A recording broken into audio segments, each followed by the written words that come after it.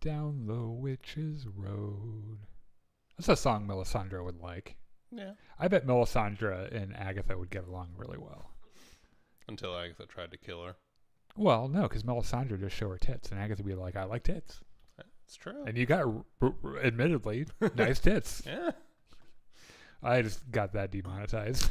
It's not like we were making money off this anyway. YouTube was like, wait, what are you guys talking about? It's fine. We didn't talk about the Backstreet Boys reunion tour yet.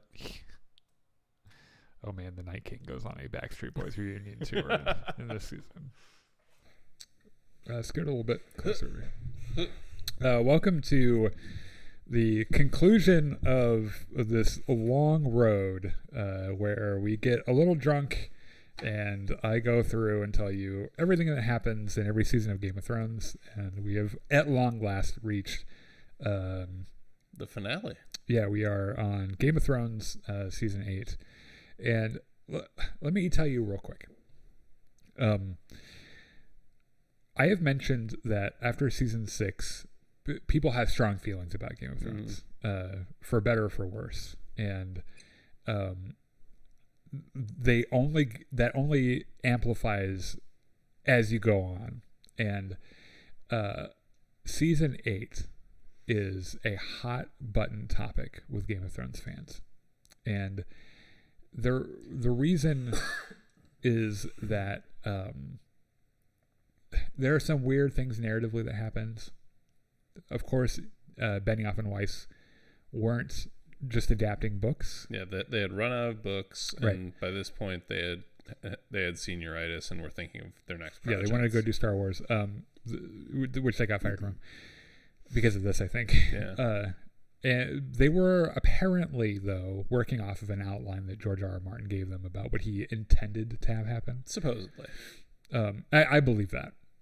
And I'm pretty sure that he's going to go and look at the stuff people didn't like and just change it and be like, I never gave them an outline. I don't know what the fuck they're talking about. Probably, yeah. So we're going to get into this as a proviso. This obviously has to do with the show, not the books. Well, the book doesn't fucking exist. Yeah, there's no book to talk about. And I will probably editorialize a little bit about some stuff, but my goal is to tell the story as lovingly as I can. Present it in the spirit it was intended. Yes. Because there are things in this season that I fucking love, and that I'm going to have to try hard not to be emotional when we get there.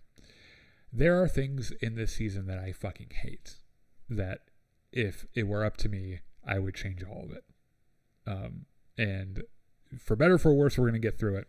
Okay. So let's take a sip of our probably very strong drinks that you've made for us. And you'll remember that last season, ooh, that's nice.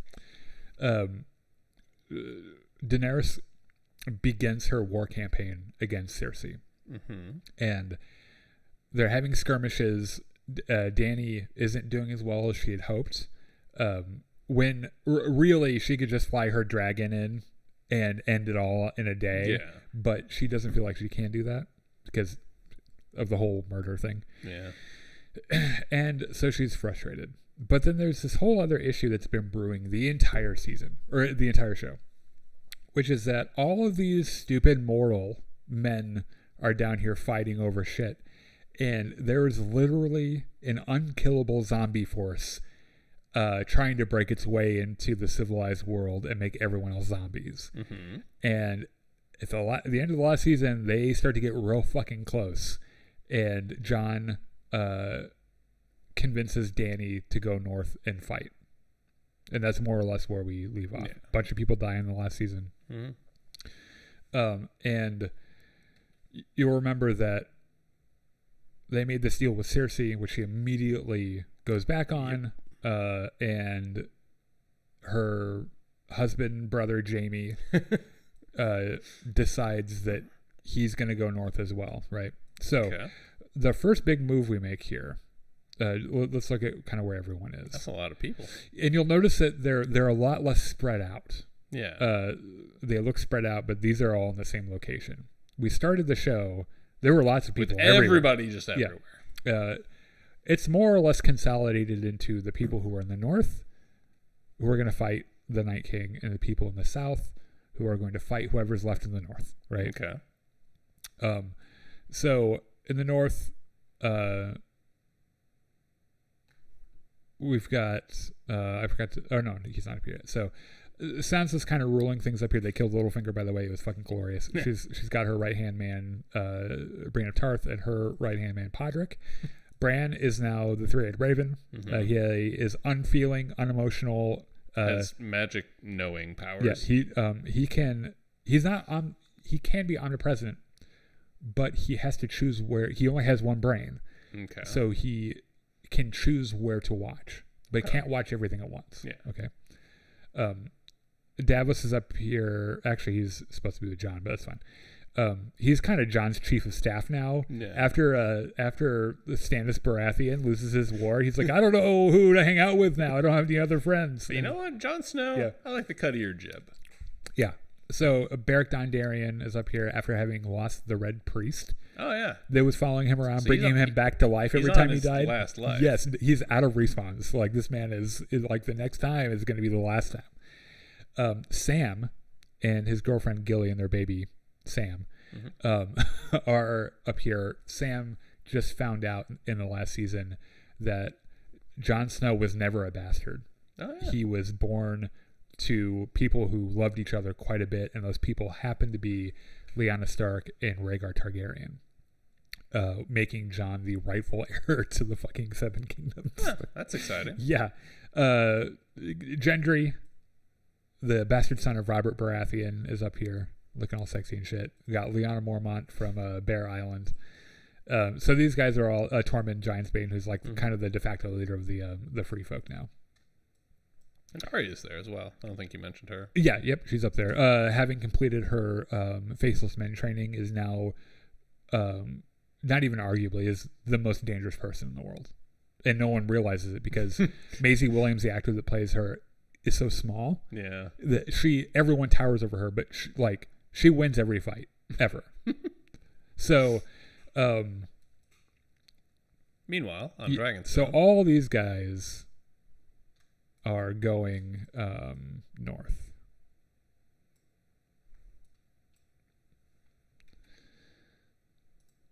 After I figure out how to do that. Maybe I shift click. No.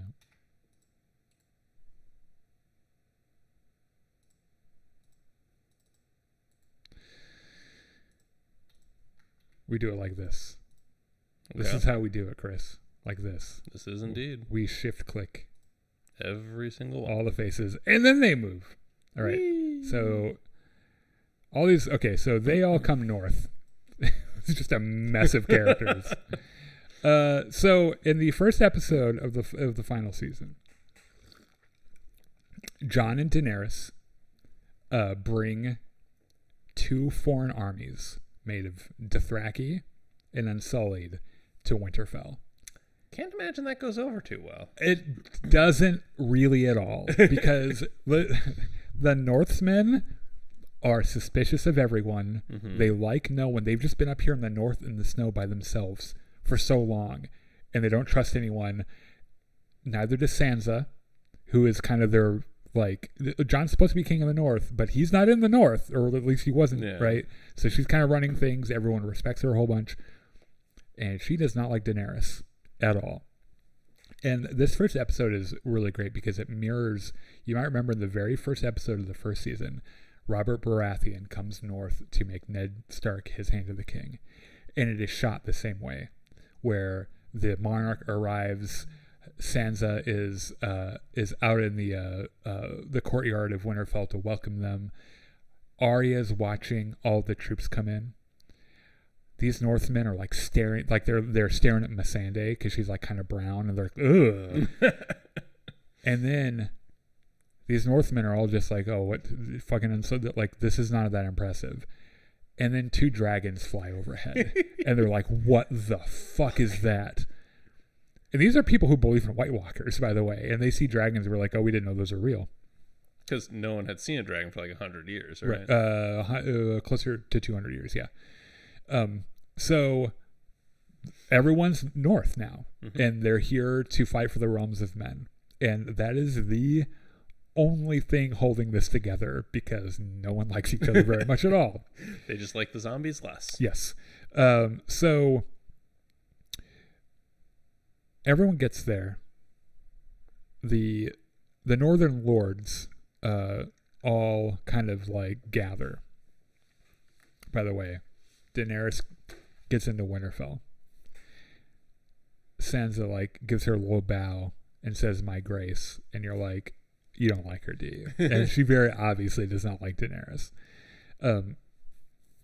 Arya is just kind of like waiting to see how it all unfolds and like how she's going to react to everything. So they gather all the Northern Lords, and the Northern Lords are like, okay, the king in the North's back. Thank God you didn't bend the knee to Daenerys. And Jon's like, I bent the knee to Daenerys. And they're God like, damn it. They're like, that was the one thing you weren't supposed to do. And he was like, well, there was this crazy thing north. We went and got a white, we lost a dragon. Like, the White Walkers are coming. This is how I'm saving everyone. So we're all going to have to make peace with it. And Sansa's like, are we? Are we going to have to make peace with it? Which, by the way, there is this hilarious moment where they're all gathered in their little council and everything. And Daenerys is sitting at the head table, and Sansa like kind of like leans forward and looks at her and she's like, what do dragons eat anyway? And Daenerys looks at her and says, whatever the fuck they want to eat. And Sansa's like, oh yeah, this is not going to work out. Yeah. This is bad. Yeah. So among the dissenting voices is Lyanna Mormont, who fucking stares Jon down and was like, you're a fucking northerner. What are you doing with all this bullshit? Like, I expected better of you. And Jon's like, I'm sorry. I'm sorry to have disappointed you. Daenerys tries to kind of reassure everyone. She's like, yes, I'm here to be queen, but right now I'm here to save everyone's lives. So can we all stop it with the looks and everything? Because I can take my dragons and fuck off, and then you guys will just die. So for the first time since the first season, where Jon leaves to join the Night's Watch and Ned leaves south to become Hand of the King, Arya and Jon have a reunion. Oh, and that's nice. It's very heartfelt. And they kind of all these are the remaining Starks. It's Jon, Arya, Sansa, and Bran. Mm-hmm.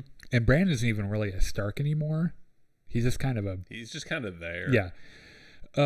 So Jon is like, Arya, what the fuck is up with Sansa? Like, what a stick in her ass, am I right? And she's like, no, sorry. Sansa's like the smartest person I've ever met. And you know as well as I do, she's got a reason to be a little weird about all of this. And you are new queen and everything. So don't try to do this thing where we're gonna argue about this. Like, she's like, I'm on Sansa's side on this. You should not have bent the knee. Now look at the position we're in. And he's like, okay, you kind of scare me now. You used to be just a small little child. So Daenerys and Sansa have their first conversation alone. Oh. And Sansa's pretty much like, so you're fucking my brother, right? And she's like, yes. Yeah. And I won't lie, it's pretty great. And Sansa like gets this read on Daenerys that her where Daenerys' priorities are, and she's like, I want to make something really clear. My priority is the North. I don't care at this point. I don't give a fuck who sits on the Iron Throne. Like, regardless of who wins, the North will never be a part of the Seven Kingdoms again. We will be our own thing. And Daenerys is like, we'll workshop that, because I don't see that happening. And that's mostly the source of their beef. So Tyrion and Sansa reunite, and it's the first time since their marriage. And Sansa got to gleefully watch Joffrey die at his wedding. And they have this conversation where Sansa's like, you're kind of the best Lannister. Like, you're pretty good. But Also, I don't trust your queen, and I thought you were a little smarter than this. So just know shit here is not, like, it's not okay. We're going to kill the Night King, hopefully. But if we're alive after this, there's going to be a problem. So, the dragons don't like being north very much. It's cold, and they're not eating as much as they should. Mm-hmm. And Rhaegal has this moment where he lets Jon approach him and get on him, and they go on a dragon ride. Oh. Daenerys and Drogon and Jon and Rhaegal. And Daenerys in the back of her mind is like, how the fuck did he get on that dragon and not immediately die? Yeah. Because especially... That's only supposed to be a Targaryen thing. Yes, exactly. Like, did he fuck me that well? Yeah. Well, our bodies melded so hard. Yeah. So they land at this beautiful waterfall. And they're madly in love, right?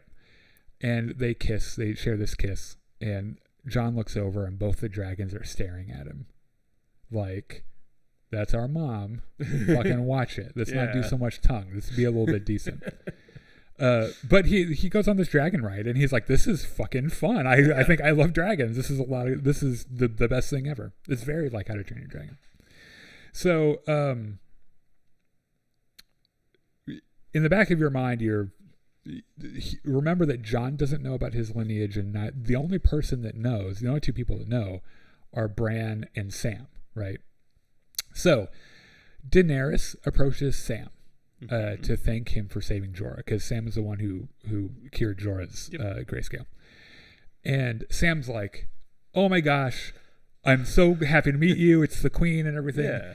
And like, you're at war. By the way, you didn't happen to run into my dad, Randall, and my brother Dickon? And she's like, Randall Tarly and Dickon Tarly? He's like, yeah. Like, did you meet them? She's like, I had them executed.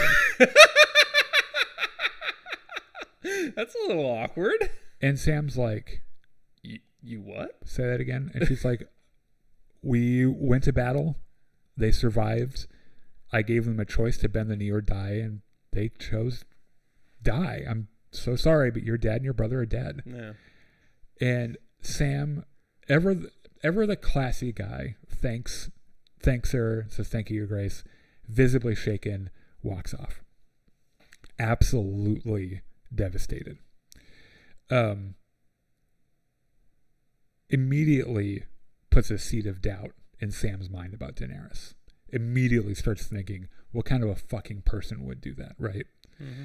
So Arya notices Gendry. Where's Arya? It's over there.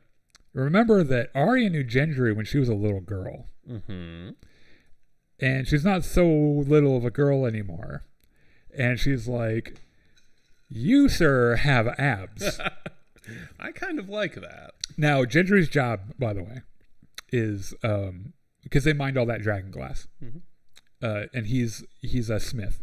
So his job is to oversee the production of dragon glass weapons. So she shows up to flirt a little bit. Mm-hmm. And she's like, I'm old enough to think about dicks now. And he's like, you're old enough for me to want to fuck you now. So what do we do about this? And she's like, well, maybe if we survive the literal zombies, we'll talk about it. In the meantime, I need you to make a weapon for me.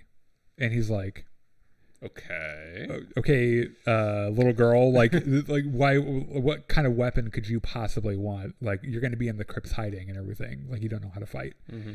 And she's like, okay, gonna ignore that one. I've drawn you a picture. Can you build this? And he looks at it, and you see that it's like a staff, and it has a little marking that suggests it's meant to come apart. And he's like, I mean, yeah. I guess. Sure. Like, I guess. Are you going to give it to your brother or something? And she's like, just fucking make it. And she gives him a little look and then walks off. And he's like, holy God, she's so hot. So, Sam pulls Jon. Sam finds Jon in the crypts. And it's the first time they've seen each other since they separated. Mm-hmm. Since Sam went to go study to be a maester and Jon was murdered. Because remember, Sam wasn't there for that. And another really heartfelt reunion. I mean, these guys are like brothers, right?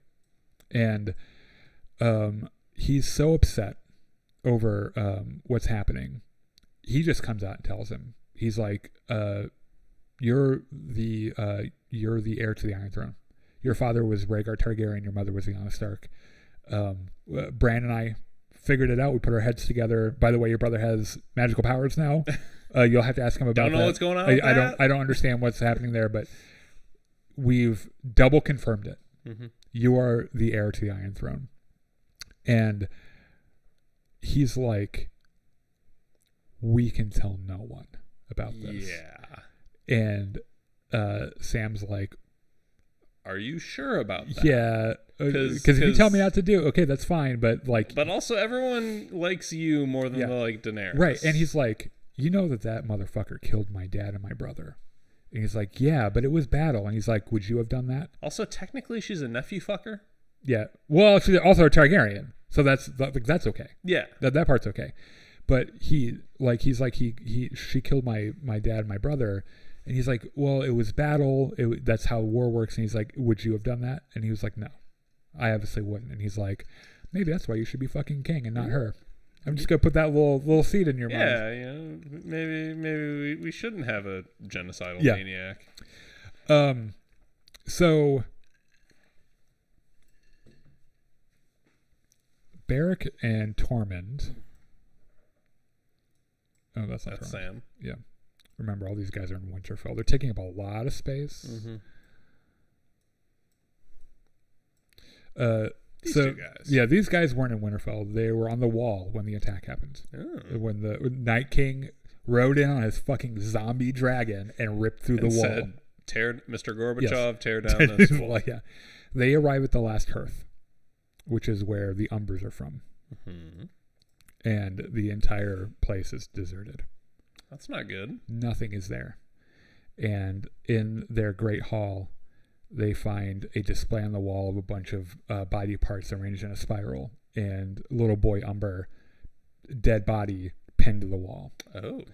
And they approach him, and they're like, it's a message from the fucking Night King.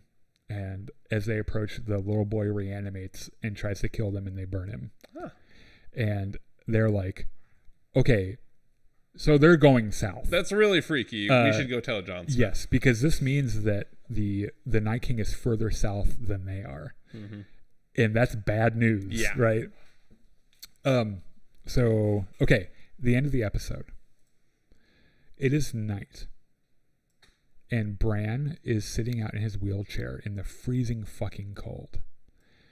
And he was the one, by the way, that told Sam, because after he got so upset, he ran up to Bran. He's like, we've got to tell him. And Bran's like, you tell him. And he's like, but you're his brother. And Bran's like, you're more of his brother than I am. So you should be the one to tell him. So he's still out here in the cold in his fucking wheelchair in the courtyard, seemingly waiting for someone. And Sam's like, Bran, it's freezing out. You can't feel your legs. What are you doing out here? And he says, I'm waiting for an old friend. And Sam's like, how wonderfully fucking cryptic. And then walks off. And then a few minutes later, through the gate, passes Jaime Lannister. Oh. Who you might remember last saw Bran when he pushed him out of a window. After he witnessed him fucking his sister. Yeah. In an attempt to kill him. Pushed him out of a window, crippled him, and more or less started the entire war. And Jaime comes through the fucking front gates, pulls his hood back, and he sees Bran just looking at him. He's like, just chilling. I really thought you were dead. Like, this is gonna be weird. And Bran's like, extremely awkward. Yeah, right. Really, this is one of this season is full of reunions. This one in particular was like, everyone loves each other, but this was the reunion because it's just like Bran has such a different understanding of how everything is folded out now that he, like, his approach to relationships is just different. And so he's just standing out there just to meet him. Honestly, if you have that kind of power and you don't use it to force people into incredibly awkward situations, what are you even doing with your life? Yeah. So Jaime is in Winterfell. And the next morning is pulled into court. So they meet in the Great Hall. They got the head table, Daenerys at the front.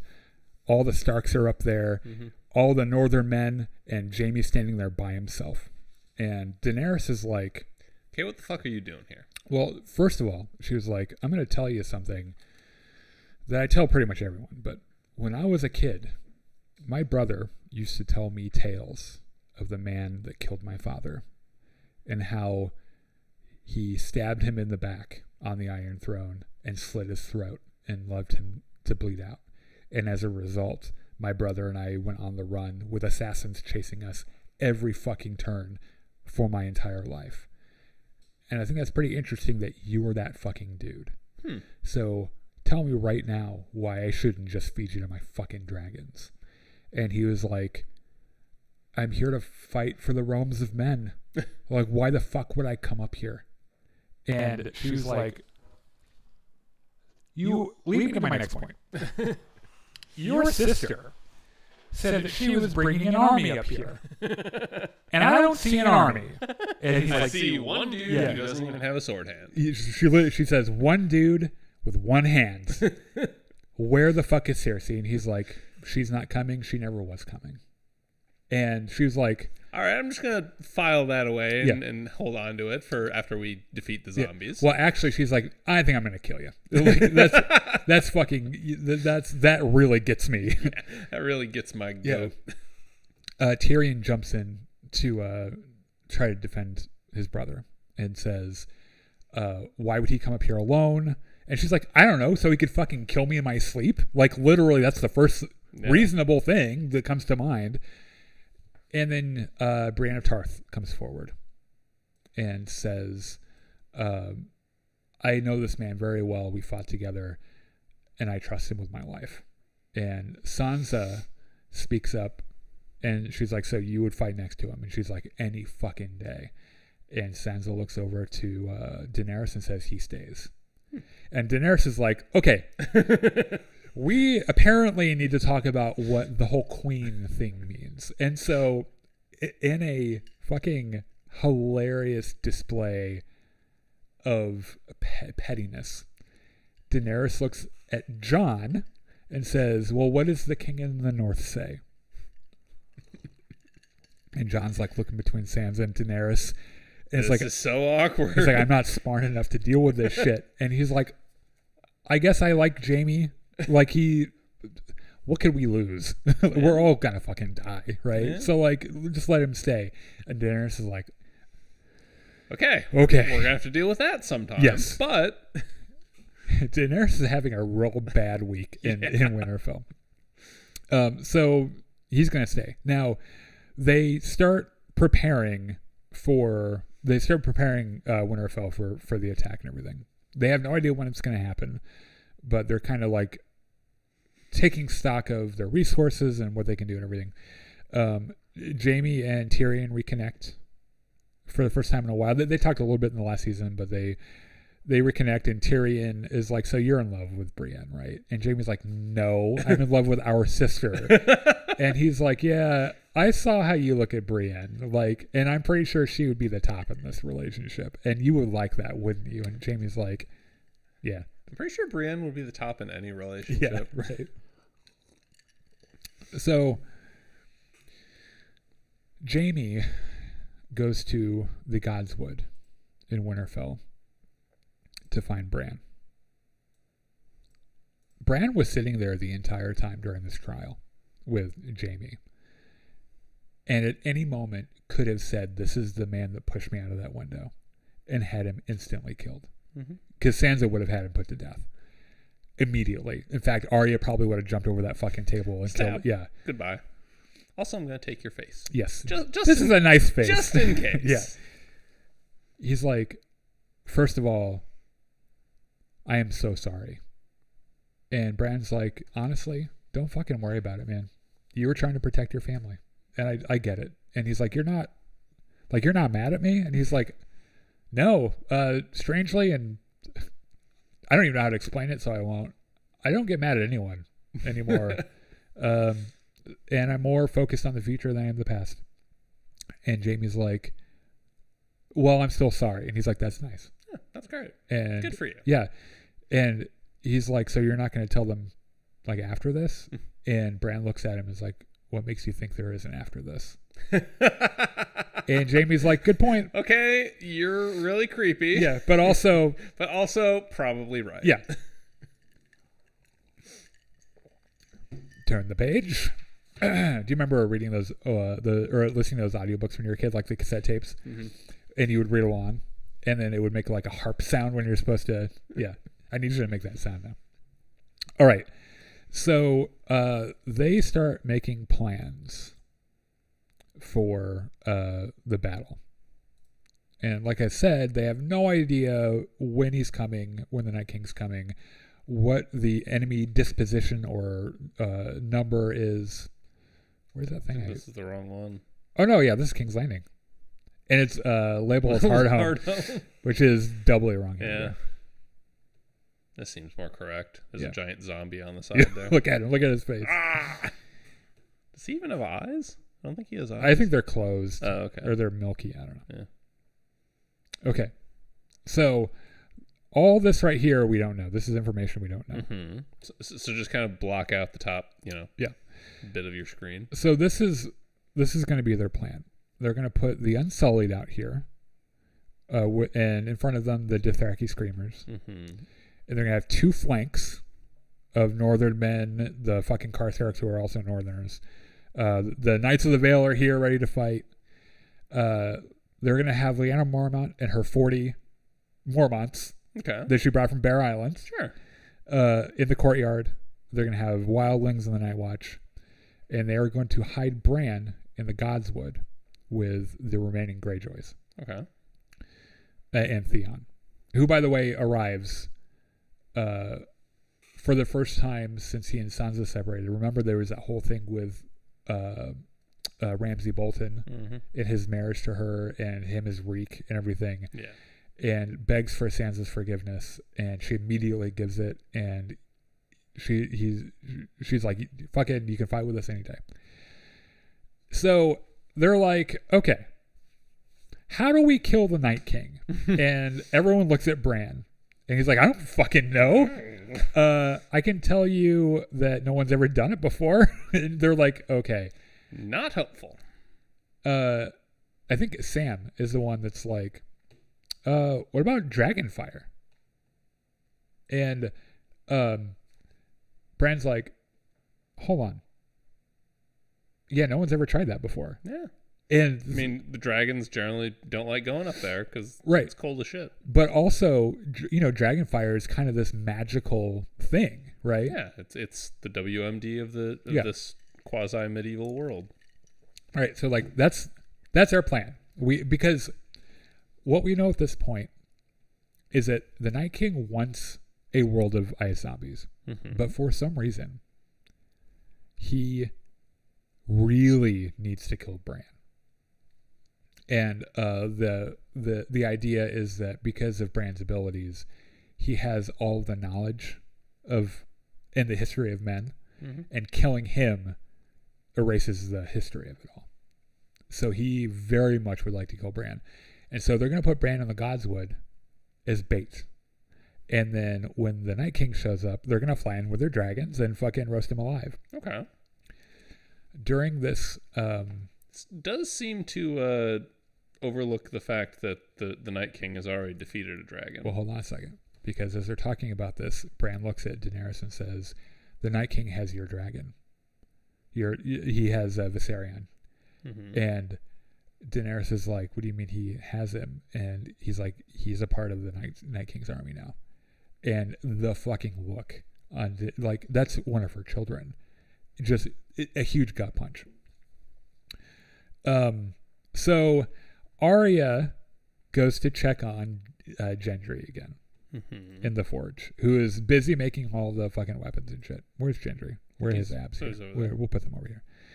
And she's like, do you have my fucking weapon yet? And he he's like, I'm working on it. Okay, I've got like all this shit to do. And he's like, but really, we need to talk about this.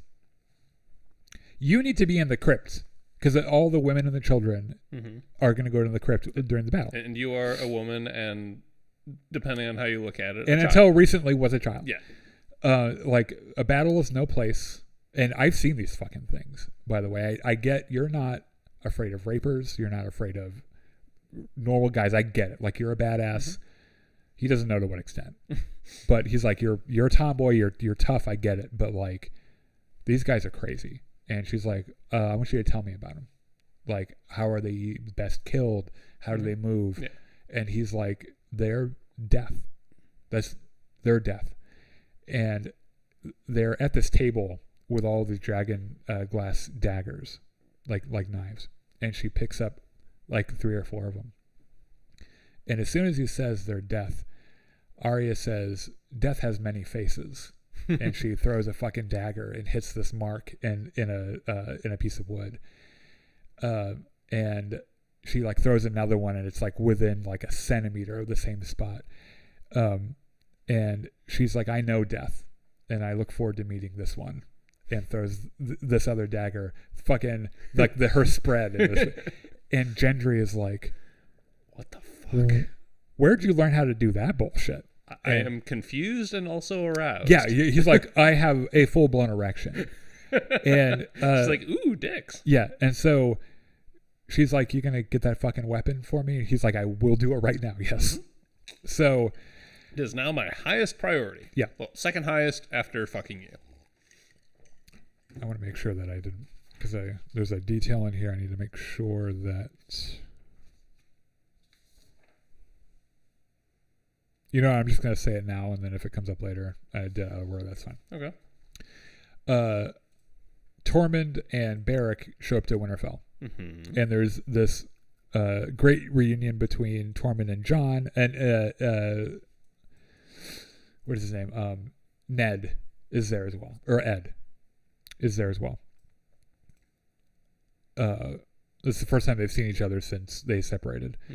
And Jon's like, hi guys, like, how's everything going? They're like, we have some very bad news.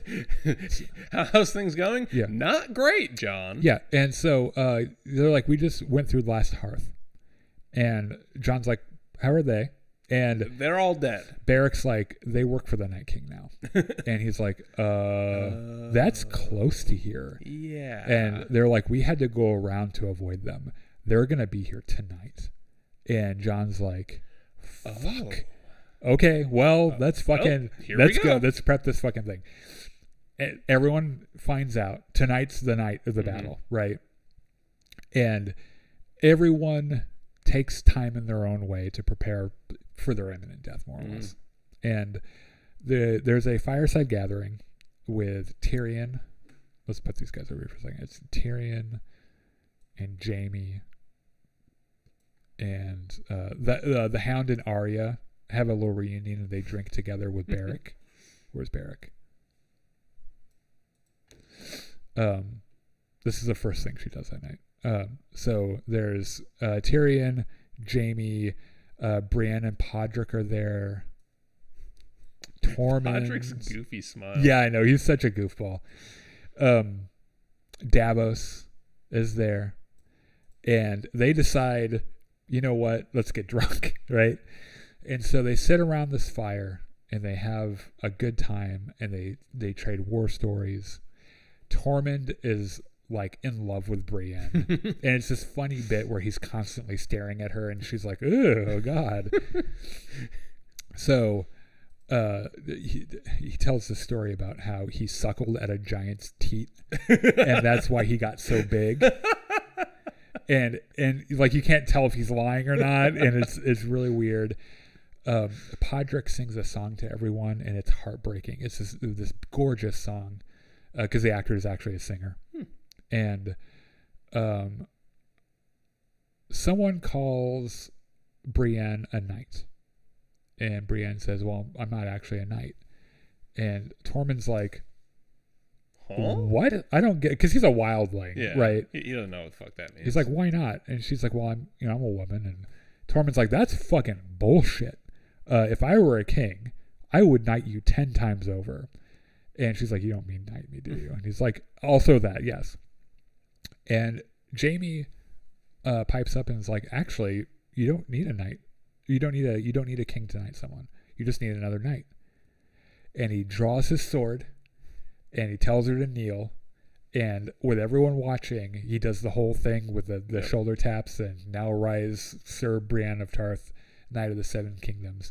And it means they're all about to die and it doesn't matter. Mm-hmm. But to Brienne, it is everything she's always wanted. And it's this really nice, like, you can't make it through without sobbing. It's really nice. So even Jaime Lannister does nice things every now and then. Yeah. So Tyrion proposes a toast. Mm-hmm. And he's like, I would very much like no one to die, but if we all must die, at least we'll be a little buzzed. They're like, all right. He who proposed the god of wine and tits. Yes.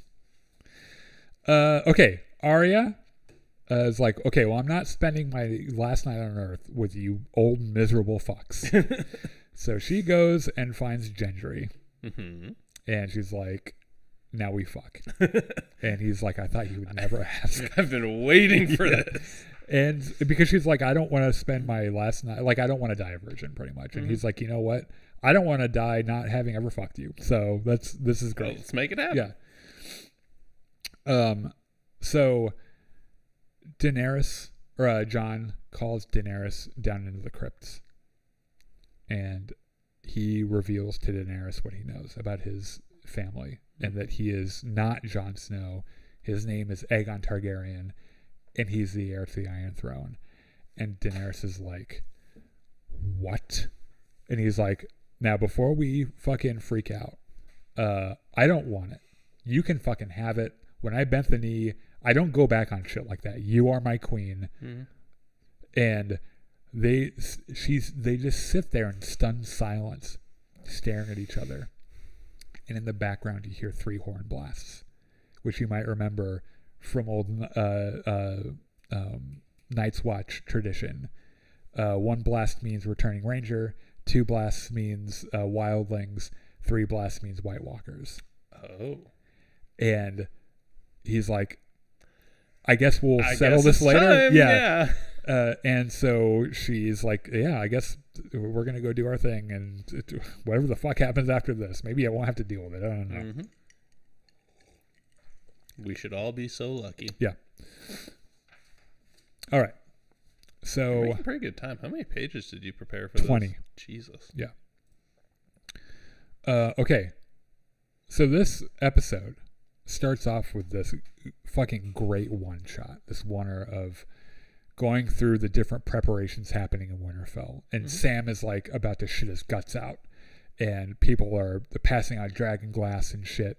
And the Unsullied are marching out. Got everything sideways. Yeah. I wanted to have them orient in the right direction. And the Dothraki are just running around being crazy because that's what they do and shit. And the plan is that Jaime's going to go fight next to Brienne. And so Sansa and like the important people are gonna sit up on the balustrade and watch the battle and be commanders. And then we got Theon of the Godswood with Bran. Mm-hmm. And you've got Lyanna Mormont in the fucking courtyard. And Jorah is going to be on the front lines. Mm-hmm. Because no man marches for his queen like Jorah fucking Mormont. Like he's like, I'll be the first motherfucker in there. And he's got fucking Ghost with him. And which, by the way, Ghost is still around. Huh. And Dany and Jon take up a position on a nearby ridge to watch for the fucking Night King, right? Mm-hmm. So Melisandre is in the crypts with Gilly and the baby and all the kids and the women. Yeah, what did I say? Melisandre. Yeah, Melisandre. Yeah. And everyone gets into place, and there's this eerie fucking calm where they all look to each other and nod and they're all just waiting, right? Half of them are shitting themselves, and they see a figure on a horse walk up, and they're like, oh shit, oh here we go, here we fucking go, and it's Melisandre on a horse, and she remember that she is from Essos, like Wormtail is, not Wormtail, Grey Worm, Wormtail. So she looks at Jorah. And she's like, you speak their fucking whatever the fuck they say? And he's like, yeah. And he's like, tell them to all raise their fucking swords. And so Jorah like turns to the Dothraki and he's like, I guess raise your swords. Raise your fucking swords. And so they all raise their swords. And Melisandre says a little spell. And all of their fucking swords light on fire. Ooh. And the Dothraki are like, fuck yes. This is the coolest thing I've ever seen. Everyone's watching, and there's this big swell in the music because they finally have a little bit of hope. And, like, they're starting to think, like, we got magic and shit. We got dragons. Our swords are on fire. Yeah. And she, by the way, up on the wall, Davos sees her, and you might remember that he made a promise to her. It was like, the next time I see you, I will fucking kill you, because she sacrificed the Princess Shireen alive. Burned her fucking alive. So she goes in through the gates as she walks past Grey Worm and says, Valar Morghulis. And he gives her the traditional response, because they're from the same fucking, same fucking place. She goes in, Davos meets her at the door. And he's like, you motherfucker, you know what I said. And she's like, Davos, don't worry about it. I will be dead by the time the sun comes up. And he's like, oh, okay. Well, all right. You should have led with that. That's fine. Yeah. Please, go ahead. She walks past Arya, doesn't say a word to her, but looks at her and stares. And Arya's like, who's that lady with the nice tits? Well, you might remember Arya and Melisandre met on the King's Road into season 2 when she kidnapped Gendry and put blood leeches on him and shit. Do you remember what she said to her? No. Because Melisandre was on Arya's list for quite a while. Oh, yeah. I think she kind of forgot about her. And she's like, we're going to meet again at some point. And little girl Arya was like, well, you fucking better hope not, because I'll kill you. And she's like, you're going to kill a lot of people. You're going to close a lot of eyes through your life. You're going to close blue eyes and brown eyes and blue eyes. Bye. And then just leaves. Yeah. And so that's the last time that Arya saw her. Season 2, fucking when she was a little girl. And so she sees Melisandre walk in. And Melisandre, like she knew where she was the whole time, looks straight at her and stares at her. And then just keeps walking. And she's like, this is weird. Fucking witches. Yeah. I don't understand them. So Melisandre's here. She's joined the party. So the Dothraki have gotten tired of standing around. Yeah. They don't like standing around at all. They have these cool fucking flaming swords and they want to use them. Yes. And even when they're not about to battle to their death, they don't like to stay in one spot. So without an order given, the Dothraki just decide they're starting the charge. All right, we're doing this. And that's how the Dothraki work. You don't give them orders. They do what they do.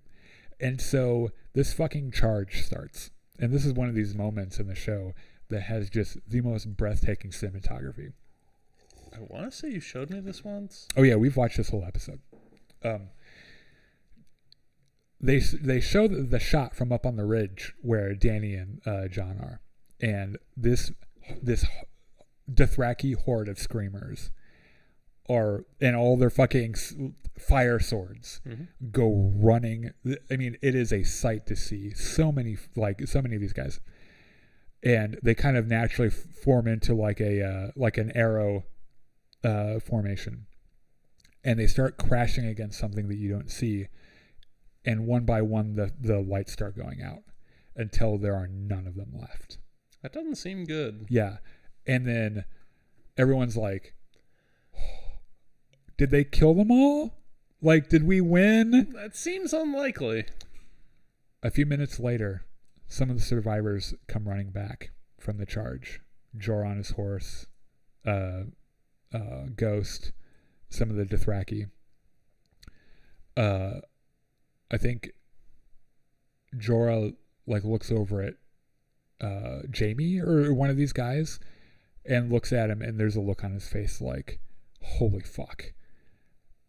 Sansa or Arya turns to Sansa and she hands her a dragon glass dagger. She's like, go down to the crypts, don't come out again. And she's like, well, and Sansa's like, oh, I'm not leaving my people. And she's like, you don't understand what's coming. Like, you have to go. And Sansa's like, I don't even know how to fucking use this. And she looks at her and says, you stick them with the pointy end. It's exactly what Jon told her when he gave her a needle, right? Mm-hmm. So Sansa and Tyrion go, because Tyrion's useless in a battle anyway. So Sansa and Tyrion go down into the crypt to hide. Oh, no, not Bran. He's in the Godswood. Who am I looking for? There you go. Tyrion. Oh, yeah. So they're in the crypts.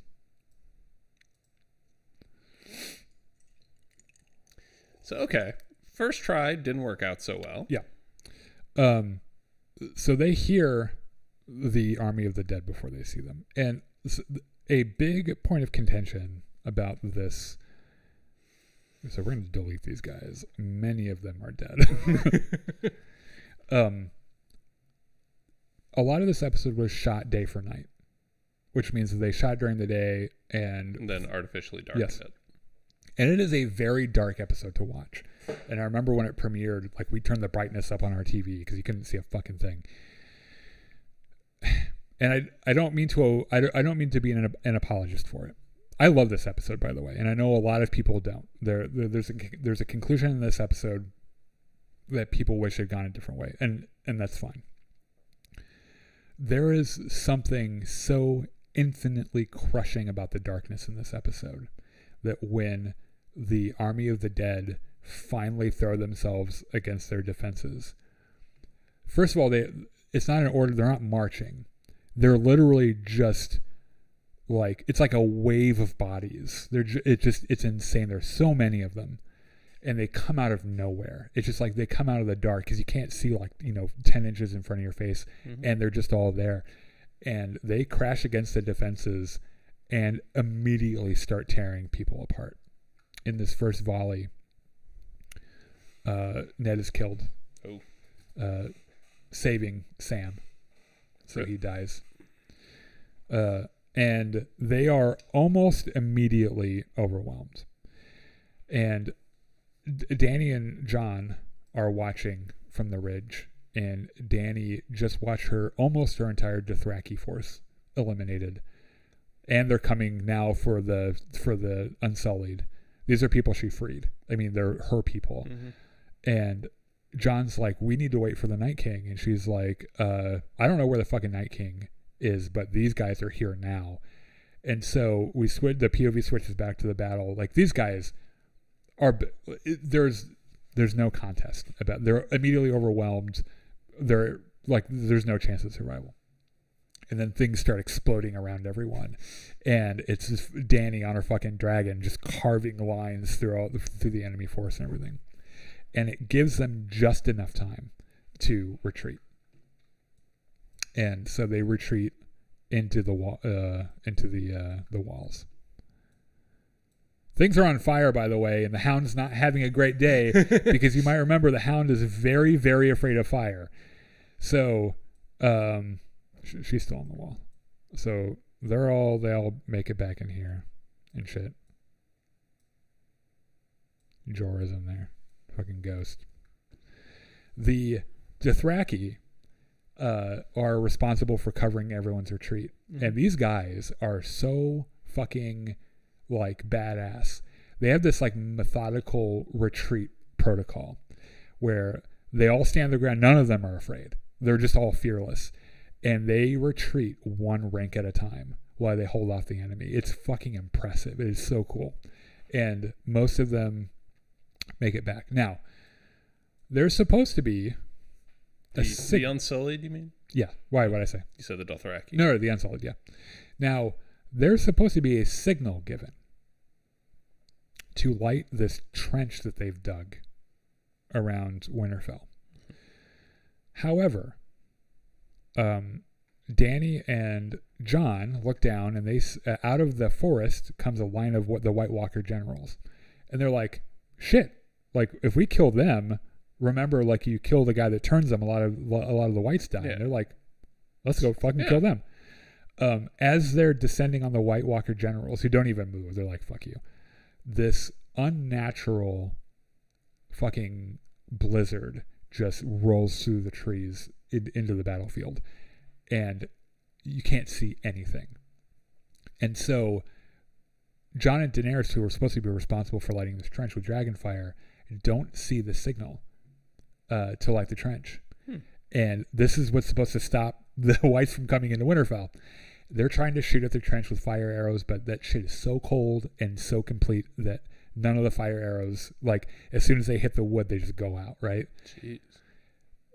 So Davos looks down, and there's a new rank of Unsullied marching back out in this box formation with Melisandre. And she gets up to the. They also, by the way, there's a little makeshift drawbridge that goes over the trench. That once Grey Worm has to sacrifice some of his Unsullied, but that drawbridge is supposed to stop anyone from crawling through it, right? And so he collapses that. He leaves some of his guys because they just don't have time. Melisandre walks up.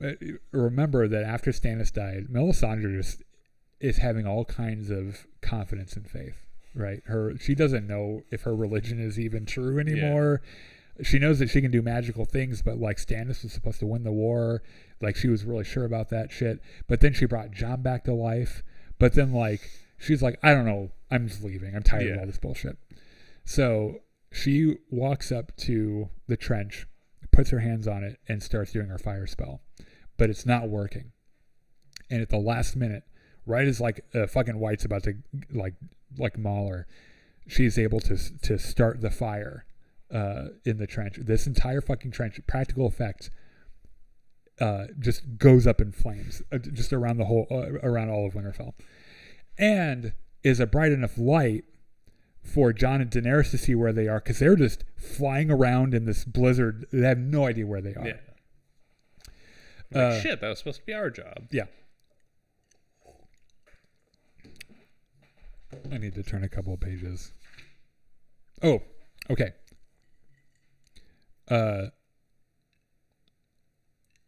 As this battle is starting to happen in the Godswood, let's go to a couple places here first.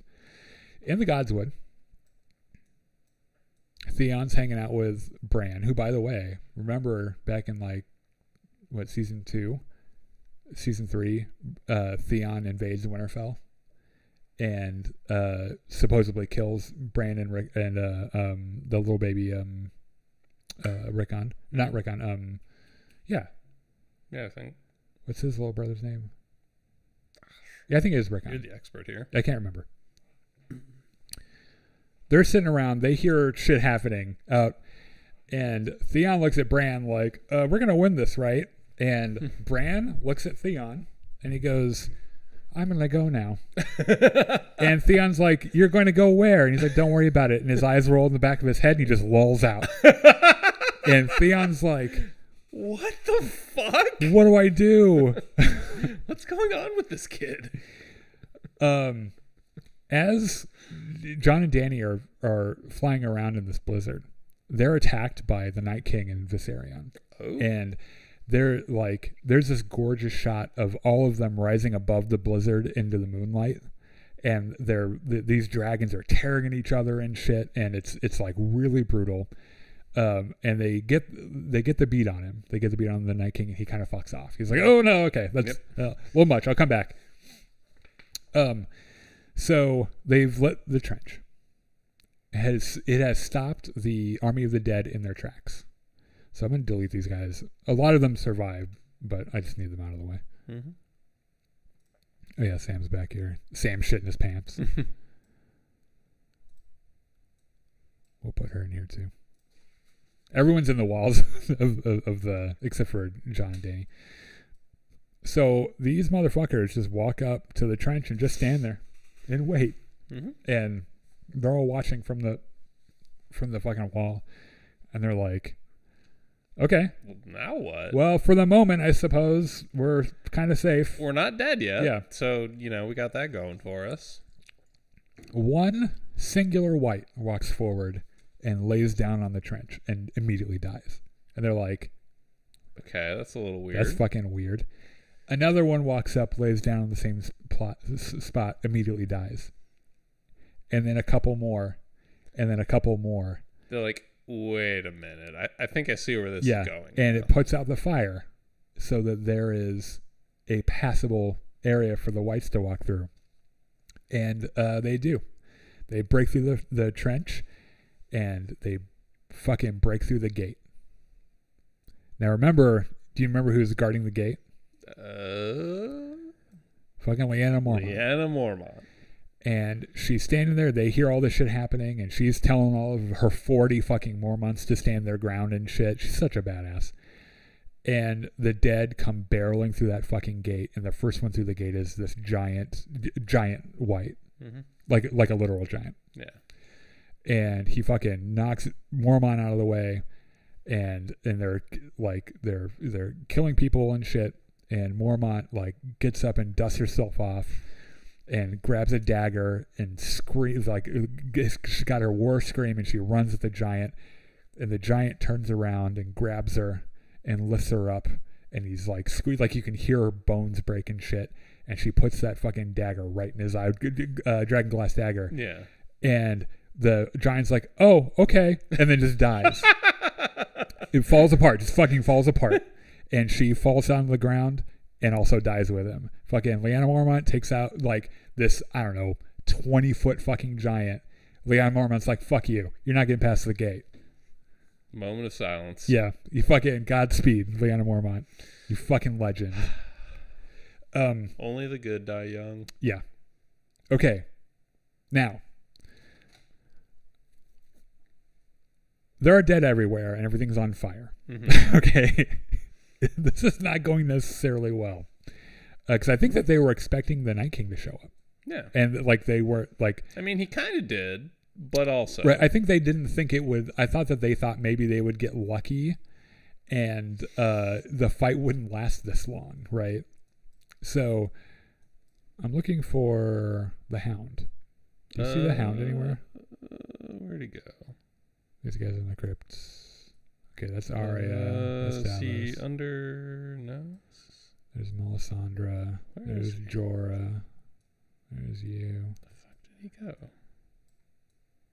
Well, this is what he does in the episode. He's under, what's his name? Eye patch. Is he? Oh, yeah, he is. Yeah, you're right. Okay. So, the Hound is having a bad day. I think everyone's having a bad day. Well, specifically the Hound, because everything is on fire, and he does not like fire. And so he goes and hides behind a wall. Okay. One of their best fighters, this dude is a fucking monster, is a sniveling child behind the... And Beric Dondarrion is like, you little girl, like... We fight now or we all fucking die. And the Hound's like, I guess we'll fucking die because this is insane. Get the fuck away from me. I don't want any part of this. I want to go home. And he says, like, we have to fight death. And the Hound says, there is no fighting death. And on cue, up on one of the fucking roofs of Winterfell, Arya comes busting out of a window with this horde of whites after her, and she's got this spear that comes apart, and she's cutting them down right and left. And but like she's a little overwhelmed, but she's doing pretty well. And right as like this is right after he said there's no fighting death, Beric Dondarrion looks at him and he says, you fucking tell that to her. And she is cutting them down, but then like he can tell that like she is pretty quickly going to be overwhelmed. And remember that they have this whole arc where like Arya was his prisoner for a while, and he was on her list because she killed the baker's son in fucking season 1, like way back in season 1. But they have this rapport, and they have this moment before the battle starts where they drink together, and you can tell that Arya, the Hound's not necessarily on her list anymore. She kind of likes him, right? And he loves her. Like it's his prisoner daughter or whatever the fuck. And so the one thing that gets the Hound back into the fight is I've got to go help Arya, right? So he's like, fuck it, I guess I'll die in a fire. What the fuck ever. So,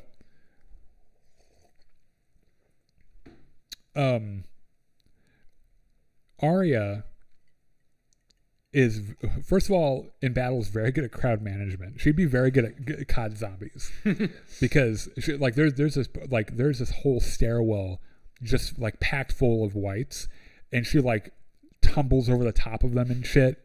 But like she just one second she loses her focus and she hits her head on something, and she's like, oh shit, I'm gonna be overwhelmed. So she retreats into the library of Winterfell, and thus starts the stealth section of the game. Because it is relatively quiet in the library. They haven't gotten that deep into Winterfell yet. But there are whites there. And they're kind of just ambling through, looking at the books and shit. And none of them can read because they're fucking dead. Yeah. They're dragging their swords along the floor.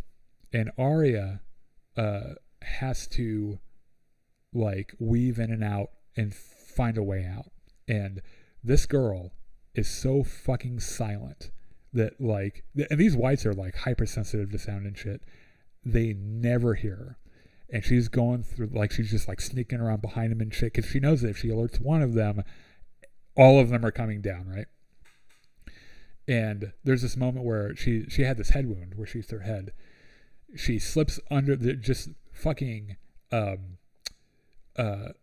gracefully slides under a table, and you don't hear it. You just see her like just kind of slide under the table. But then like a drop of blood falls from her head and hits the floor. And like the nearest white was like, what is that? Excuse you? And when he looks under the table, she's gone. She's fucking gone. And she somehow has gotten somewhere. Cause she's a fucking faceless man. Like she just does weird shit.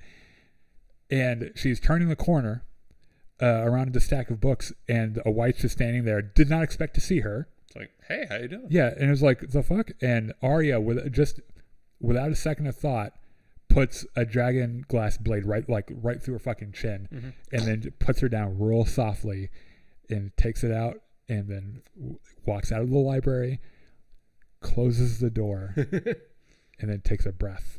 She's like, okay, we got through that.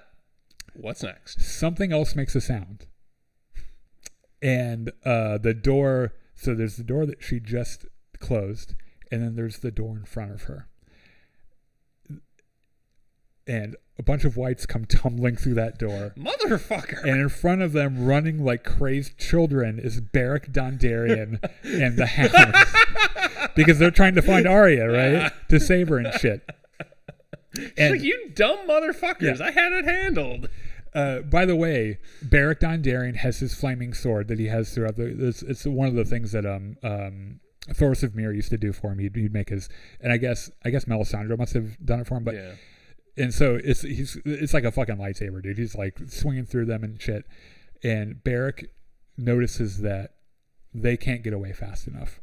And so he uses himself as a shield to let them get away. And he's stabbed multiple times. And Arya still goes back for him. Both of them do. And they drag his ass off. And they get into, I think it's like it's some room. They tumble it through, they close the door, and they bar the door, and the dead can't get through. And Beric Dondarrion dies from his wounds. For the last time? Yep. Yeah, no respawns. Fucking dead.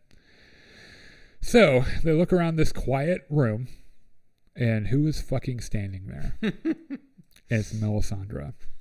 And Arya walks up to her and is like, you said that we would meet again. And Arya and Melisandre's like, yeah. And here we are. You want to see my tits? it might be your last chance. Arya's like, I think I go the other way. But, yeah. but appreciate the offer. Yeah. But maybe later. Yeah. Melisandre's like, little do you know. Yeah. And so Melisandre's like, do you remember what else I said to you?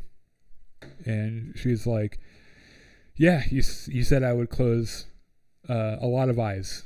And you were right about that too. I've killed so many people. Yeah. The House Frey Well, they don't exist anymore. Like, that was all me. Do you remember reading that in the paper? That was, I killed all of those motherfuckers. Yeah. And she's like, well, what exactly did I say you do? And she blue said, eyes and brown eyes and blue eyes. She said, you said I would close green eyes and brown eyes. And then Melisandre looks at her and says, and blue eyes. And like, Arya's like, oh. And she looks at her with this look. She didn't say anything, but like you have a job to do. Go fucking do it. And so she goes to, and the Hound is like, where are we going? What the fuck are you talking? What's going on This here? room is quiet and none of it's on fire. Like, can we stay here just for a moment? And as Arya is running off, Melisandre gets her attention and says, what do we say to the god of death? Not today. The exact same thing her sword teacher Syrio Farrell said, and she said, not today. And Melisandre was like, fucking go get him. Go get him, kid. There was this whole fan theory that I really wish I would, maybe he'll still do it in the books, I don't know. There was a whole fan theory about how Jack and Hagar and Syrio Farrell were the same person, and that the Faceless Men have been watching Arya her entire life, more or less, knowing that she was going to serve some like higher purpose. Ended up not being true, but I really wish it had been. But I feel like that line it was like the showrunners being like, we remember, but here you go. And so Arya disappears from the battle. No one knows where she goes. The Hound's like, I guess. Well, fuck. Okay, then. Everything's still on fire, so I'm not a fan of this. So in the Godswood, whites are starting to get through. Mm-hmm. A couple at a time, and it's Theon and like 40 or so Ironborn. Bran's in a coma. He's somewhere else. Or he's worked into ravens, and he's just like flying around watching what everything happen, right? And Theon's like, Bran, I need you to wake up, dude. Like, we probably should move. Yeah, and like, he's just like out of his like drooling onto his fucking And so Theon looks at the Ironborn and he's like, all right, this is where we fucking die. It's a good day to die, gents. And so they start, because they're all like really good archers and shit. And so they just start shooting whites down as they come in. Let me get caught up on my thing here.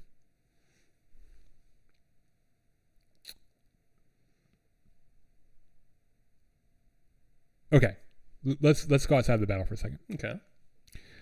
The Night King comes back on the dragon. They have another little skirmish. Mm-hmm. And the Night King is trying very hard. So you might remember in the last season, he kills Viserion by throwing an ice spear at him. Yep. It's like a magic ice spear or something. And he is trying to do that now to the other dragons, because what would be better than one zombie dragon is three zombie dragons. Yeah. But Drogon and Rhaegal are like, oh, fuck no. No. We saw that bullshit. We know that trick. And so they tear into Viserion, and the Night King gets thrown off of his dragon. Woo! And it's this really neat shot. I'm going to delete this for right now. We're just going to assume that the whole place is crawling it's just with whites. Zombies all the way down. And there's this really great shot. He gets knocked off his dragon, but he doesn't. You know how like when people fall off something, they flail and shit? Mm-hmm. He doesn't. He just fucking like drops, right? Like, whee! And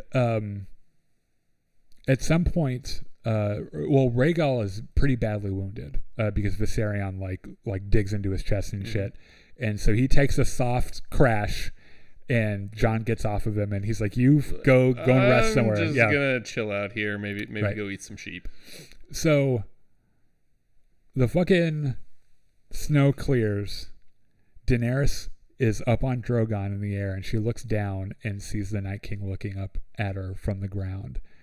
And she's like, Dracarys. And Drogon's like, I thought you'd never ask. And he fucking just like this epic wall of dragon fire just engulfs the Night King. And he shoots this fire for like, I don't know, 20 solid seconds. He's like, we're doing it right, bitches. Mm-hmm. So he stops and the smoke clears, and fucking the Night King is still there staring up at her and gives her a little smile. Huh. And then has an ice thing. and chucks it at Drogon. Oh, God. Drogon's like, oh, fuck Oh, no, we're not doing this bullshit. Nope. And Daenerys is like, I've no idea how we're going to do this. That was supposed to work. Yeah. Now, the Night King doesn't have his dragon. Mm-hmm. And so he just walks up through here, right? He just fucking walks in. And Jon runs in behind him, draws his sword. He's quite a bit ahead. Mm-hmm. And we think we're going to get the duel that everyone wanted. This is the thing that people were really upset about this. The Night King turns around and he sees him, and he puts his arms out, and Jon, who's like, oh, I've seen this shit at Hardhome. No. And he starts running at him faster, but he's not fast enough. And the Night King takes all of his fallen whites and their dead and raises all of them. That's not good. And so it puts like an army between Jon and the Night King. And that slows him down a little bit. Yeah. Understandably so. Yeah. So I'm going to save this little bit for last, because this will tie into that. In the crypts, the Night King has just raised all of the dead. All of them. Which includes the people who have been entombed in the crypts. For centuries. Ah. And so they start busting out of their fucking crypts. By the way, there are a couple of conversations down in the crypts. It's mostly drama, but it's like Sansa down in the crypts like, Daenerys is such a bitch. And then Missandei being like, well, if it wasn't for that bitch, we'd all be fucking dead. So some respect. Yeah. And then like a conversation where like Tyrion's like, Sansa, we're geniuses. Like if we were out there, we might see something that they don't see. And she's like, this is the fucking bravest thing we can do right now is just accept what the fuck's happening.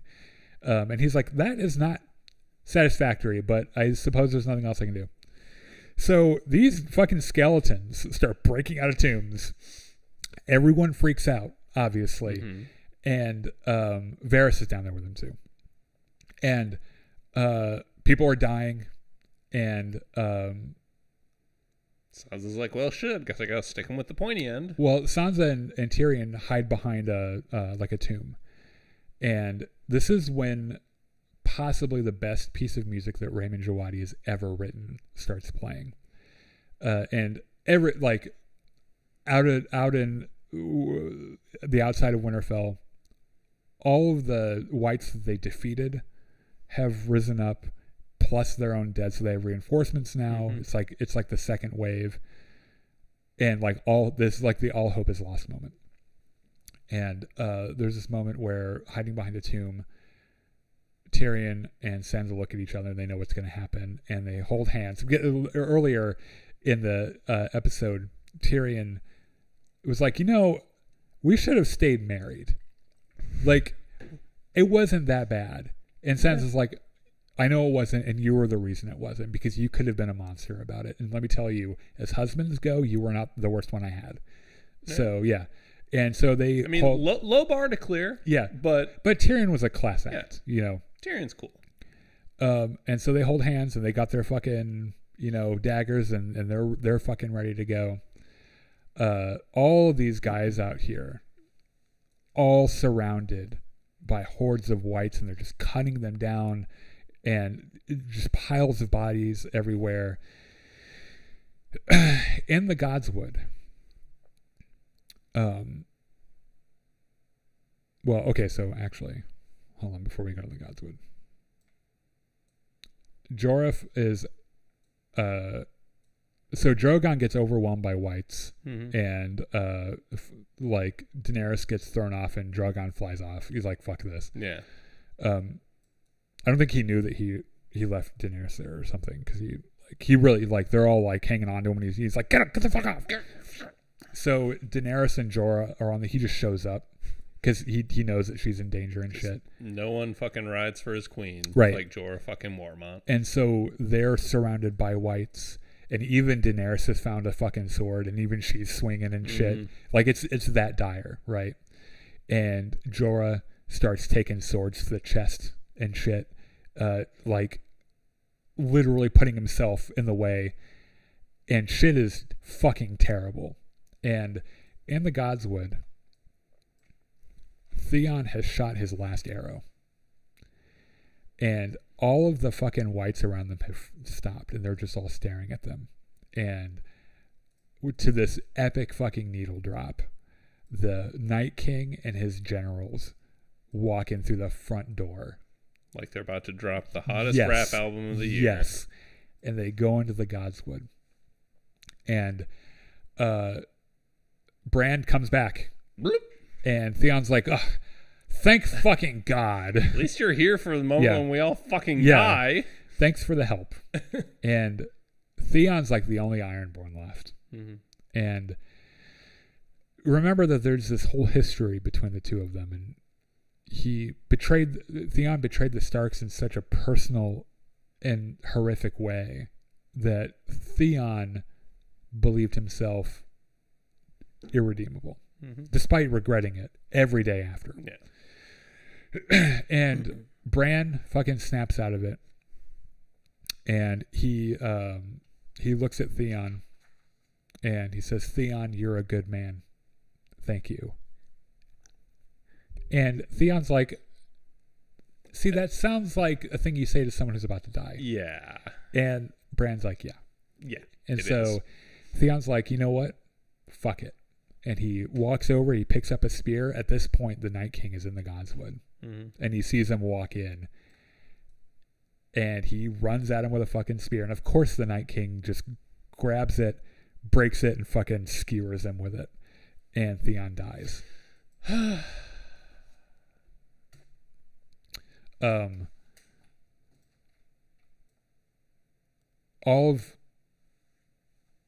So most of the whites around here, so everyone's like going in to the Godswood, right? And Jorah dies out here next to Daenerys, so we have to delete him too. And it really is gut wrenching because it's like, he's the one guy that she had that she tried to banish like 3 times, but he just was like, no, I'm not going away. So Bran is sitting under the weirwood tree in the Godswood, and the Night King walks up, and Jon is trying to get through Winterfell to get to him, but Viserion, the zombie dragon, shows up, and he's like about to burn his shit, and so he can't get any further. And Bran is undefended in the Godswood, and they've got this whole the whole crew is standing around watching, and the generals are watching and shit. And he walks up to Bran, and Bran's just got this look on his face like, what the fuck ever. Okay. And the Night King's like, you should be more scared now. Like, I was hoping you'd be more scared. This is kind of not fun. Yeah. And while this is happening, one of the White Walker generals, the guys with the long wispy hair, his hair just like moves, and he's like, oh fuck, what's that? What? And as the Night King pulls his fucking sword out and goes to swing, there's a shot of it's the Night King. It's a like close up of the Night King with this impossibly dark night behind him, and he's got his sword and he's about to cut Bran down. And in the frame, out of the darkness, you see fucking Arya Stark, impossibly silent. Like, she got through all the White Walkers, and no one saw her, but somehow he knows, and that the Night King turns around and he grabs her by the throat. And she's got the cat's paw dagger, by the way, because it's Valyrian steel, and I know Valyrian steel kills White Walkers. And he catches her, one hand on her throat, one hand on the fucking hand that has a Valyrian steel dagger. And she uses the same move that she uses in her sparring match with Brienne of Tarth. And she drops the dagger, catches it with the other hand, right into his heart. And he just explodes. And then the White Walkers start exploding. And then all the whites start exploding. And, like, she lands on her feet. She's like a fucking cat. Yeah. And she looks at Bran like, did I do that? Score! I think we did it. Touchdown! Yeah. And they're like, all the whites, they win. Yeah. All the whites, the Night King's dead. The fucking dragon just falls apart and shit. Bleh. They done did it. Yeah. And they look around and they realize that the toll that they paid for this was Thousands. impossibly high. Yeah. And that's the end.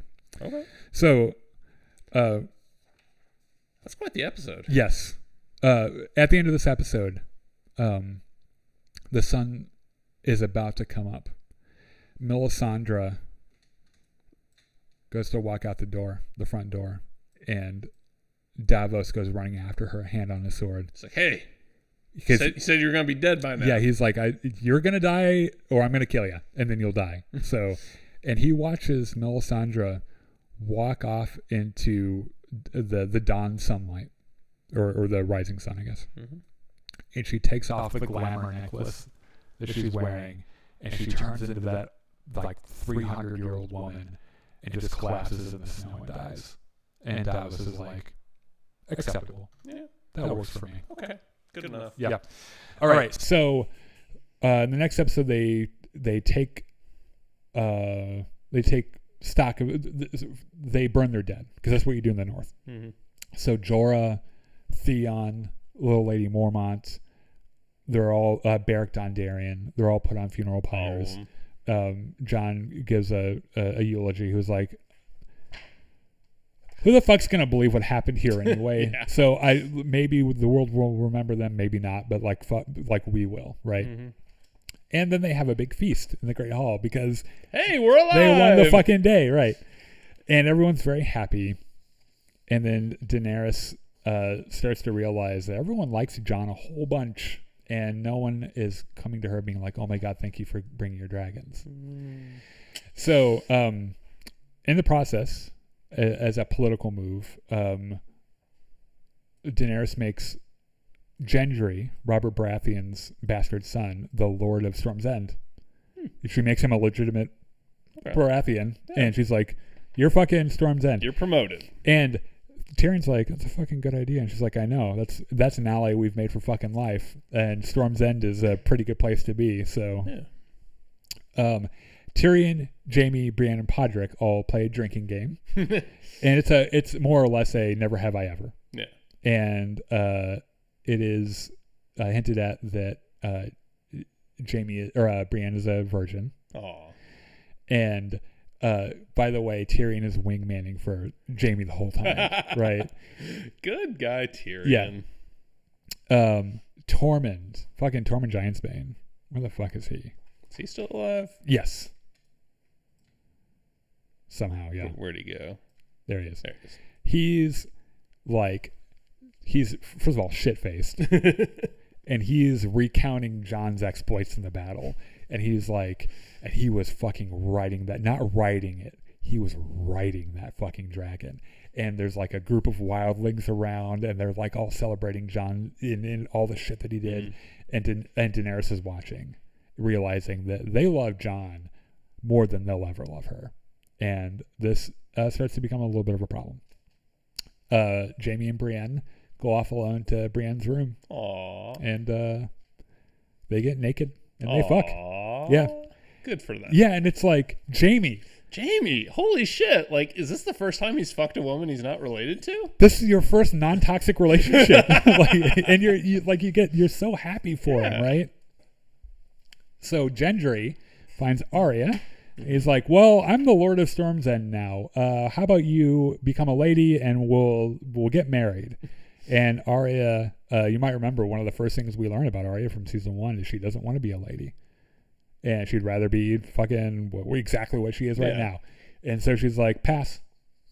You'll marry some nice girl and she'll be the lady you need her to be, but it's not going to be me. I'm sorry. Mm-hmm. And he's like, we do some fucky fuck though? And she's like, oh, we'll see.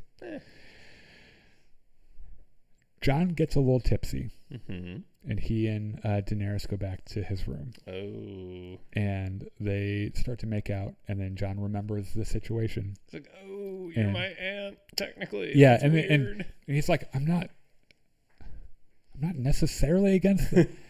It's weird. And it's weird because I didn't know I was a Targaryen. Yeah, and he's like, look, I will tell you, I love you. Like, I'm in love with you. Maybe we sort this out afterwards. Mm-hmm. And Daenerys is like, there's been a bell rung here that cannot be unrung between us, and we know it. and you need to never, ever tell anyone what you know, because it will destroy everything. And Jon's like, okay. So fair enough. The next morning, Jon pulls Sansa and Arya into the Godswood, and it was like, I need to tell you something, but you have to swear not to tell anybody. Jon, you fucking idiot. And they're like, okay, what? And then he tells them, and Sansa's like, oh, fuck. No way. So Arya's like, you want me to kill her? Because like, I can just go kill Dany, and then you're the king, and it'd be great. Remember who Cersei's teachers are. Not Cersei, Sansa. Remember who Sansa's teachers are. Cersei, Littlefinger, Bolton, all these fucking, like, she's learned the political game, and she's very good at it. So immediately the gears start turning, right? So they have a war council to plan their attack on King's Landing. And they're like, okay, we still agree. We don't want to kill the entire everyone, right? Yeah. And Daenerys is like, I guess. And Sansa's like, we should let all the soldiers rest. We just saved the world. And Daenerys is like, no, we're going to do this now. Like, we've waited long enough. This is our next, like, we're going. So Sansa finds Tyrion and is like, I have got some news for you. Jon is not Jon. He's Aegon, and he's the heir to the Iron Throne. Jon, you fucking idiot. And Tyrion's like, oh, fuck. What the fuck? And in the back of his mind, he's thinking, he might be better. Because of, he's a little more stable, right? Yeah. And then he tells Varys. Oh. So, like, Jon, you fucking idiot. This thing that you had one job. Yeah. That morning, the Hound leaves because the Hound has some unfinished business. You might remember that his brother, the Mountain is in King's Landing. Mm-hmm. The zombie mountain. Yes, and he would very much like to make that not unfinished business anymore. And so he rides out on his horse. Whee! And he looks over next to him and sees Arya riding right next to him. He's like, fuck, where'd you come from? Jesus Christ. And she's like, you're not the only person with unfinished business in King's Landing. And he's like, hold on, who's left on your list? The Queen. Oh, shit. Oh, shit. And let's do this. He's like, all right, let's do a fucking road trip. That's hardcore. It's just it's like season 3 or 4 or whatever. Like old times. Yeah. Murder road trip. Yeah. So Daenerys flies to Dragonstone, mm-hmm. and when they get there, they are ambushed by Euron Greyjoy's fleet, and Euron Greyjoy kills Rhaegal. Oh. Yeah. Poor guy. This comes out of nowhere. Fans unilaterally hate it. And there's this famous after show talk that the writers do that is always cited by fans where they're like, oh yeah, and Dany just kind of forgot about Euron. And it's like, no, bitch, you forgot about Euron and you didn't know what to do. And so he just so the Iron Fleet shows up, ambushes, they capture Missandei, they kill Rhaegal, and they're not having a good day. Oh my god, Arya is my favorite Game of Thrones character. Jon Snow is my second. That's fair. Arya is definitely my favorite. Also, Scott says, I'm standing here with Great Grandpa and he wants me to tell you I got hot lava diarrhea. I don't think that's something that you should read. Yeah, I'm not going to read the rest of that. Well, let's just move on. I think I'm just going to... Yeah, just... There you go. Okay, going to ban that. All right. Bye. Okay. So, they regroup. Mm-hmm. Varys has noticed that ever since Jon is like, we can't do the fucky fuck anymore because we're related, mm-hmm. Daenerys is like spiraling out of control. And turns out Dick is the secret to good mental health. Varys and Tyrion talk. And Varys is like, but what if it was him? And Tyrion's like, that you might have a point, but that's also treason. Yeah. And so he's like, we're not talking about this. We're not going to be committing some light treason today. There's this great quote where Varys says, it is said that every time a Targaryen is born, the gods flip a coin. I'm not sure, and he's telling this to Jon. Mm-hmm. And he says, I'm not sure where Daenerys' coin is going to land, but I know where yours has landed. And then he just like walks off, like just leaves it in the air and walks off. So Jaime decides to leave Winterfell to go back to Cersei. Brienne is reduced to being a woman crying for a man, and it's kind of insulting to the character, but that is what it is. So Daenerys shows up to King's Landing with a little entourage and Tyrion and her remaining dragon, because they have Missandei. Pretty much Cersei's like, come get Missandei or I'm going to kill her. And so Tyrion and Qyburn talk face to face, and then Tyrion just walks past him and walks up to Cersei. He's like, well, let's cut through the bullshit, shall we? He's like, tomorrow we're going to descend on King's Landing, and how many people die is more or less up to you. You, even with just one dragon, like, you will not survive this battle. And she's like, oh, I think we're doing okay. The mountain, kill Missandei. And he fucking pulls out his sword, and she's like, any fucking last words, Missandei? And Missandei looks at Daenerys and says, Dracarys. And the mountain cuts her fucking head off. And so Missandei dies. And remember that, yes, that obviously enrages Daenerys, but also Grey Worm, who is in love with her, right? So it turns out that Varys might be, at the very least, he's writing letters to people telling everyone about Jon. Yeah. You fucking idiot. Yeah. So Daenerys finds out. And then also it was hinted at that he might be trying to have her poisoned too. He's trying to have her killed.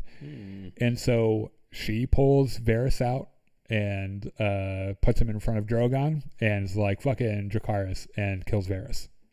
He's not on the map right now, but Varys is dead now too.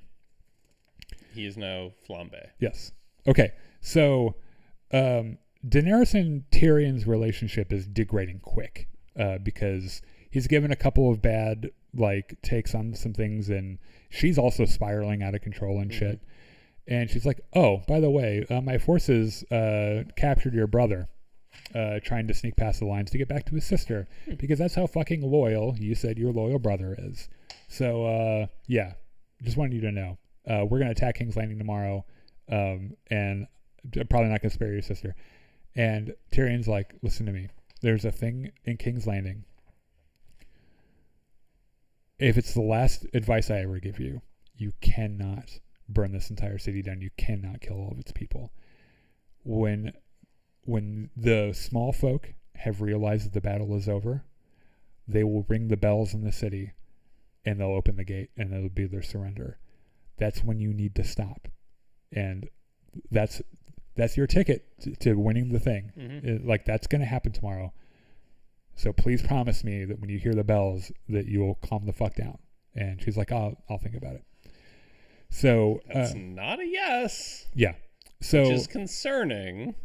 Tyrion sneaks into the camp where Jaime's being held, and frees Jaime, and says, look, there is a boat outside of a cave that I know under the Red Keep. You need to go and get Cersei and get on it and go somewhere else tomorrow. And they share a heart-wrenching goodbye. They hug each other, and then they separate. Daenerys finds out about this, and that he set Jaime free, and is pissed, but she's like, we're about to go to battle, so we'll deal with that later. So, all right, the next morning, here is where everything stands. Euron Greyjoy has the Iron Fleet in Blackwater Bay. He's very confident. Yes. He's like, I got all these fucking ships, and all the ships are equipped with scorpions. The walls are all equipped with scorpions. Okay. All along the fucking perimeter. Cersei's in the Red Keep looking very smug. She's got her glass of wine. Mm-hmm. She's with her sycophant Qyburn in the mountain. Jaime sneaks into the city. The Hound and Arya sneak into the city. Okay. Right as Cersei starts pulling all the small folk around the Red Keep to act as human shields. Jon shows up, and he's got what's left of the northern forces. They have what's left of the wildlings and the Dothraki. There aren't that many of them, but they're there, and it's still an army. Tyrion's there to kind of watch the battle, and they're with Davos, and Grey Worm is there ready to burn this shit down. Yeah, to do some terrible things. And then you've got Harry Strickland, who is the commander of the Golden Company, which are it's an army of sellswords, very good sellswords, and he is what is standing between Jon and all these armies and King's Landing. Okay. So he's standing outside the front gate, and he's got all of his pretty guys in their gold armor and shit. And so, Jon is like, so what's the plan? And Tyrion's like, she said that we would know when to attack. And he's like, that's not a plan. That's nebulous, but okay. So it's a fucking beautiful early winter day in King's Landing. Euron is sailing around on his little boat, and he's like, oh, wow, the sky is so beautiful. And he's like looking up, and like the sun's kind of in his face, and he like puts his hand up, and he's like, God damn, what the fuck is that? And it's a dragon barreling down toward his navy. And he's like, uh-oh. Shit, that's a dragon. Daenerys flies in on Drogon. Within seconds, has almost all of the Iron Fleet destroyed. Because she is very, very mad. Yeah. It's before it even starts. Like, she destroys that entire navy. And so he doesn't die, but he jumps off his boat just in time. But like, that navy's gone. Yeah. So all of the Scorpions start training on Drogon, and she rides this fucking wall. And because they're so big and cumbersome, they can't turn them fast enough, and just destroys all of them. Okay, now we switch over to Harry Strickland's POV, and he's staring down this Dothraki army, and he's feeling real good about all these gold boys he's got behind him. Feeling real good about his odds.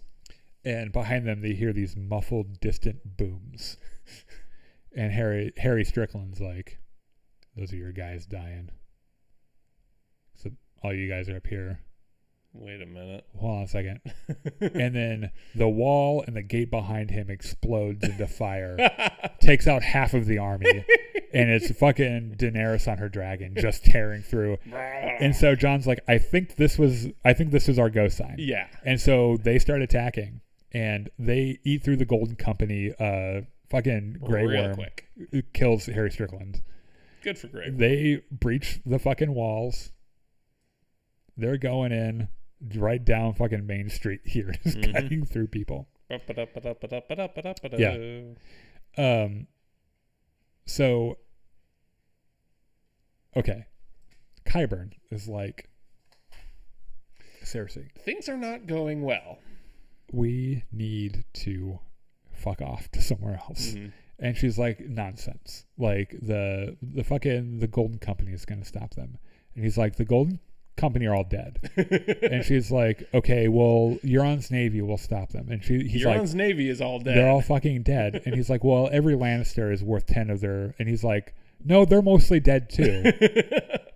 And then she sees a dragon, and he's like, maybe we should go retreat into this other building and take stock, and maybe go somewhere else and figure it out. Just generally not be here. Yeah. And she's like, okay.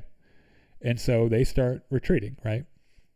Now, the battle is won almost as quickly as it starts. And the bells start ringing. And Daenerys and Drogon land on one of these walls up here, and there's something about it that everything has led to this. Jorah is dead. Daenerys has lost everything. It's Jorah, Missandei, all the people that were her fucking husband died. The man that she thought that she fell in love with, that she really thought she could trust, turns out he might actually end up being the king. All of this shit, just in that second, she just snaps, and she takes off on Drogon, and she flies up to the Red Keep, and everyone thinks maybe she's going up there to accept a surrender, and she just starts torching everything. She takes out most of the Red Keep, or at least a big chunk of it, on her first run, and then she turns her dragon on the civilian part of the town. Oh. And just starts cutting through streets and civilians and shit. And that's some war crimes. Jon and Tyrion are like, oh my what God. have we done? What the fuck? Yeah. Mayhem. Just fucking everywhere. So the Hound and Arya enter the Red Keep, and they realize what's happening too. Everything's on fire. Yeah. Which I'm sure the Hound loves. Yeah. And the Hound turns to Arya. He's like, no, you have to leave. Like, you and I are the same in that we have this terrible need for vengeance. The difference is that I cannot escape it, and I know that you can. So I want you to turn around, because if you come with me, this is where you fucking die. There is no escaping this. And Arya snaps to her senses and accepts the lesson. And for the first time, I think, ever in their relationship, says, thank you, Sandor. Calls him by his first name, because she always calls him the Hound. And Arya leaves. She turns around and leaves, having kind of abandoned this need to get that last name on her list, right? So Qyburn's trying to lead with the Mountain, trying to lead Cersei down the stairs, Mm-hmm. and the Hound fucking shows up. And Qyburn like looks at them, and the Mountain's like, oh hell yeah, Clegane Bowl, let's fucking go. Let's do this. And Qyburn is like, fucking defend your queen. And the Mountain takes Qyburn and crushes his head like a fucking melon against the wall. So he's dead. Well. And Cersei is like, okay, I'm just gonna walk past you guys. Yeah, and so you guys do whatever you're gonna do. I'm gonna be over here. So she just like walks past him, right, and like keeps going down the stairs. She's like got her dress. She's like, oh god. And so they start fighting, and he starts to realize. Oh, by the way, the entire time this is happening, there's a dragon outside burning the entire city. Everything is on fire. And he realizes pretty quick that his brother is a zombie, mm-hmm. and you can stab him through the eye with a dagger. You can put a sword through his chest, and he just fucking giggles. And he's like, he's about to like crush Sandor's head and shit. And he's like, what do I fucking do? And so he just tackles him through the wall, like, because the Red Keep is almost in pieces anyway. Yeah. Tackles him through like the top floor of the keep. And they just both fall into dragon fire, and they both fucking die. Now, Jaime is going to get into the Red Keep through the back, through that spot that Tyrion told him about, and he meets Euron Greyjoy, who is like, you know what? The writers have written me like a Disney villain, so we're going to fight for no reason. Mm-hmm. And they have a sword fight, and Euron mortally wounds Jaime, but he doesn't immediately die. Mm-hmm. And Jaime very mortally wounds him, and he immediately dies. Yeah. But not before he says, people are going to know me as the guy that killed Jaime fucking Lannister. So Jaime is like mortally wounded, but he's got one of those wounds where he's got time, right? And so he finds Cersei. And they go to escape. And they make it to the basement, and they get closed in, and they realize that this is the end. And Cersei's in this weird place where, because they really are in love with each other, it's weird and toxic, and I get that, but they love each other. Yeah. And she's torn between this place of, well, at least I'm with Jaime, but then, like, her human instinct to survive kicks in, and she starts begging Jaime, like, I don't want to die, I don't want our baby to die.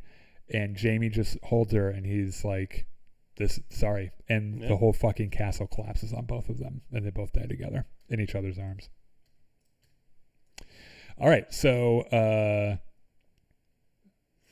this whole army is just people are surrendering. They don't give a fuck. They kill them. Mm-hmm. Arya is trying to make it through the city, but everything is exploding. Yeah. And then so she diverts her efforts to trying to help people escape. And some of that works, some of it doesn't. But she, in a moment of sight, like in a moment where the dragon is somewhere the fuck else, she sees a white horse just standing there like, I think my guy's dead. Mm-hmm. And she jumps on that horse and she's like, fucking go. We are out of this fucking place. And that's how the whole fucking thing is won. So, in the next episode, Tyrion and Jon are like, we have made a grave mistake. Yeah. However, Jon, you know how he is with his honor, right? And on the steps of the ruined Red Keep, Daenerys addresses her Dothraki horde, what's left of it, and the Unsullied, saying, you fucking won this battle for me. All this, and by the way, as she's coming down the steps, Drogon is standing behind her and like unfurls his wings, so it looks like she's got these big fucking dragon wings, and the Dothraki are like, oh my god, that's so cool, yeah. And she's like, we brought freedom to King's Landing. Let's go bring freedom to the rest of the fucking world.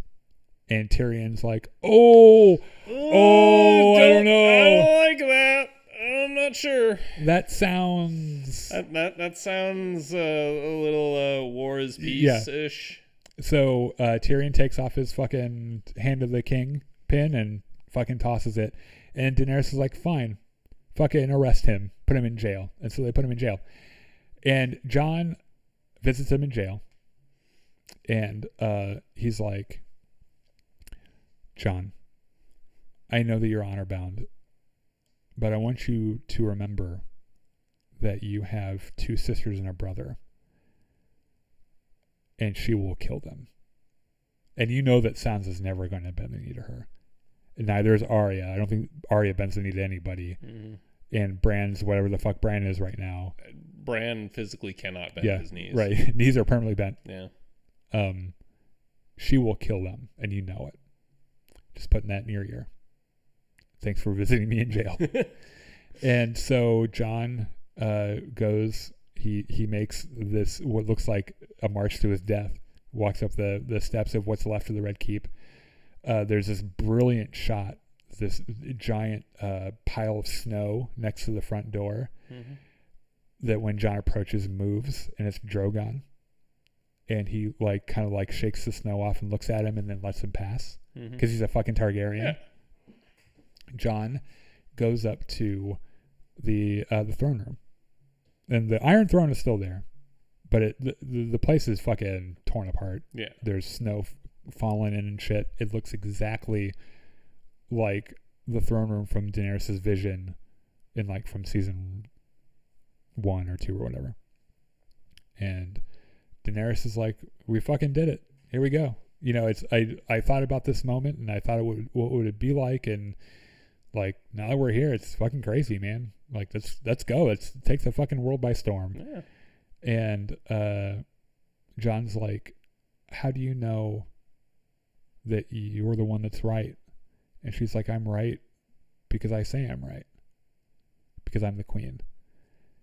And he's like, that's what I needed to hear.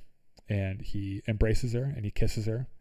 And she is like, oh my God, this is back on. Yeah, we're doing this again. And he fucking stabs her in the heart and lays her down, visibly broken apart. But he's committed the sin that he's disgusted by, but it is what he must do.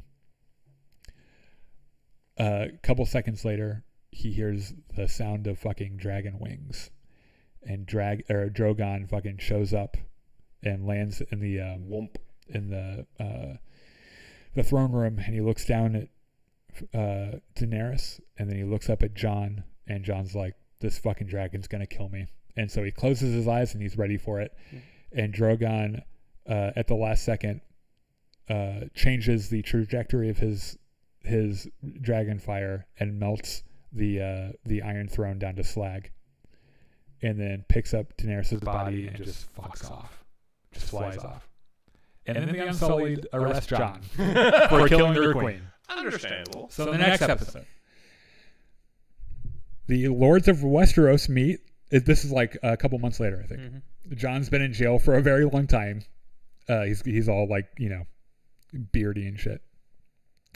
The Lords of Westeros meet to figure out how to put everything back together, right? And it's the Sansa and Arya, Edmure Tully, the guy who's getting married at the wedding is there. Yara Greyjoy, Sam is there. Like all of the important players in the world are there. The ones who are still alive. Yeah, trying to figure out what to do.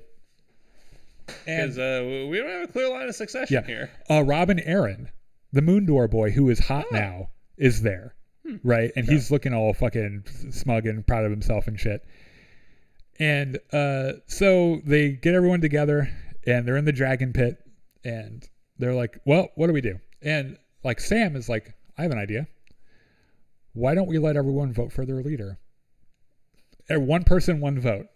And everyone starts laughing at him. And they're like, well, we're gonna give our farm animals a vote too, and they immediately shoot him down. It's like, oh guys, they're not ready for democracy. You're so close to democracy, right?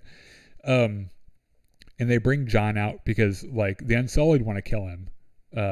And remember that, so like they're trying to figure out what to do with Jon. Yara Greyjoy pledged herself to Daenerys. And so she's like, you killed our queen, you need to be killed. And Arya turns in her fucking chair and she's like, you say that again and I'll cut your fucking throat.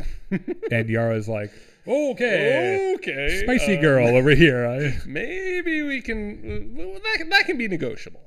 So they're trying to figure out who the leader is going to be.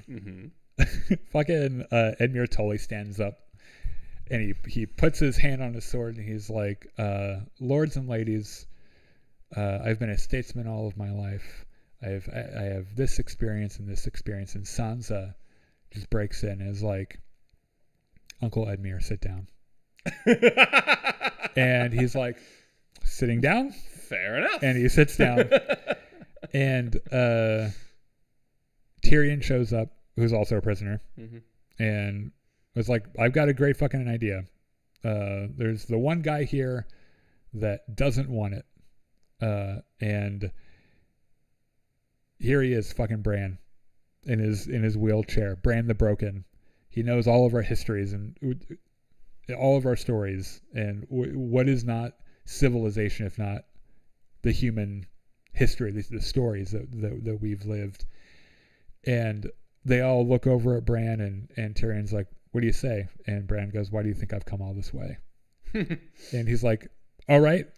Well, there we go. And then they're like, Tyrion, you're going to be hand of the king, and not because we're rewarding you, because this is your punishment.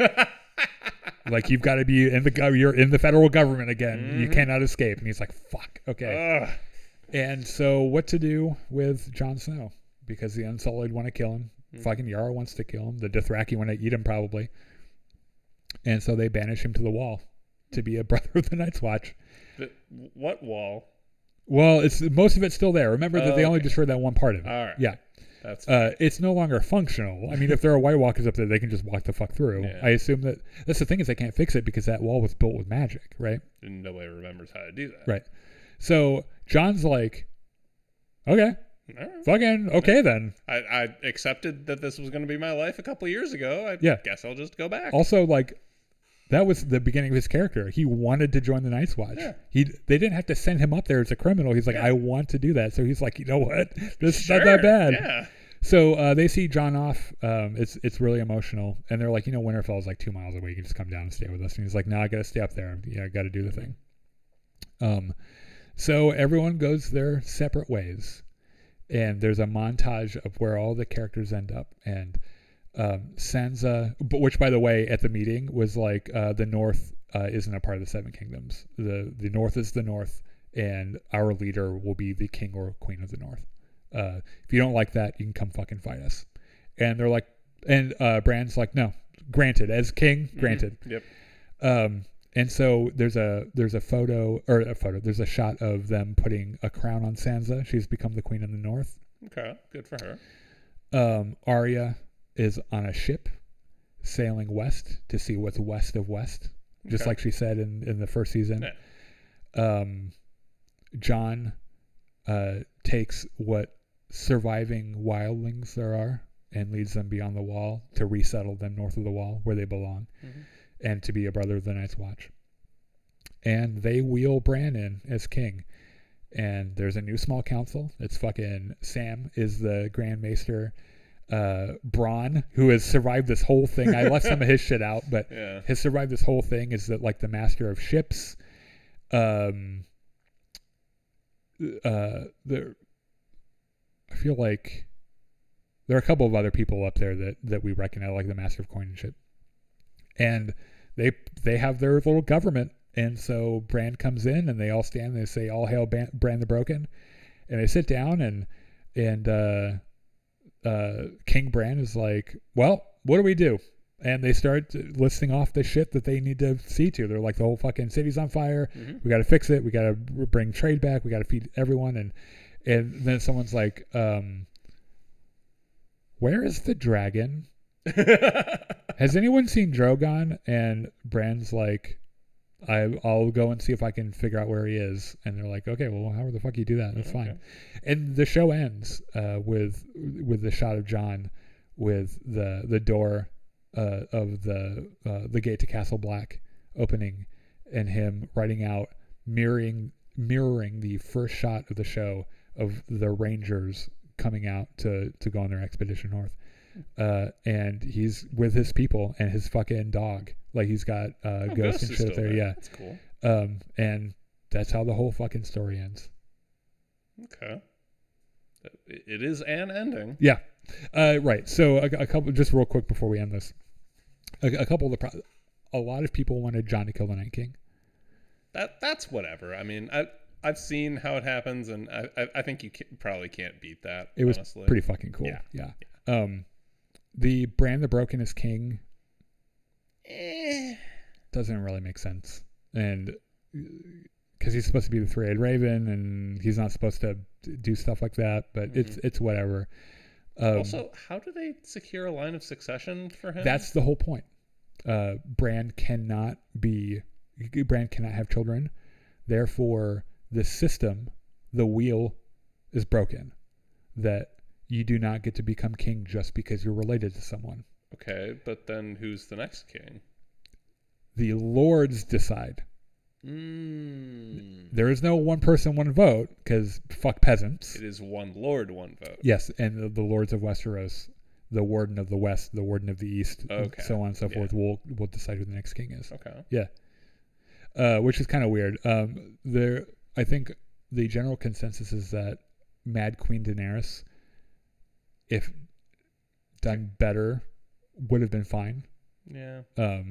But she does a lot of shit that's antithetical to her character. You might remember, like earlier in the season or earlier in the show, her entire thing was freeing the downtrodden. And she ends her legacy with killing all of them. And there's parts of it that don't make sense, despite all of the loss that she has with Missandei and everything else. So, well, lots of things to be pissed about, but it happened. All her friends are dead, and she's not getting dick from her nephew anymore. And he's real hot. Like, I get it. Yeah. You know, I don't know, I'd probably kill everyone too. That's the end. Yeah. I don't know what we'll do next. At some point, we'll do House of the Dragon season 2, probably when season 3 is coming around. Oh, Spaceballs watch along at some point. Yeah, I have to remember how to do the technology again. That'll be on our social media when we figure it out. Yeah. It'll probably be sometime before Skeleton Crew, probably. Yes, but after next week, I believe. So, thanks for joining us. Yeah, It's done. It was a ride.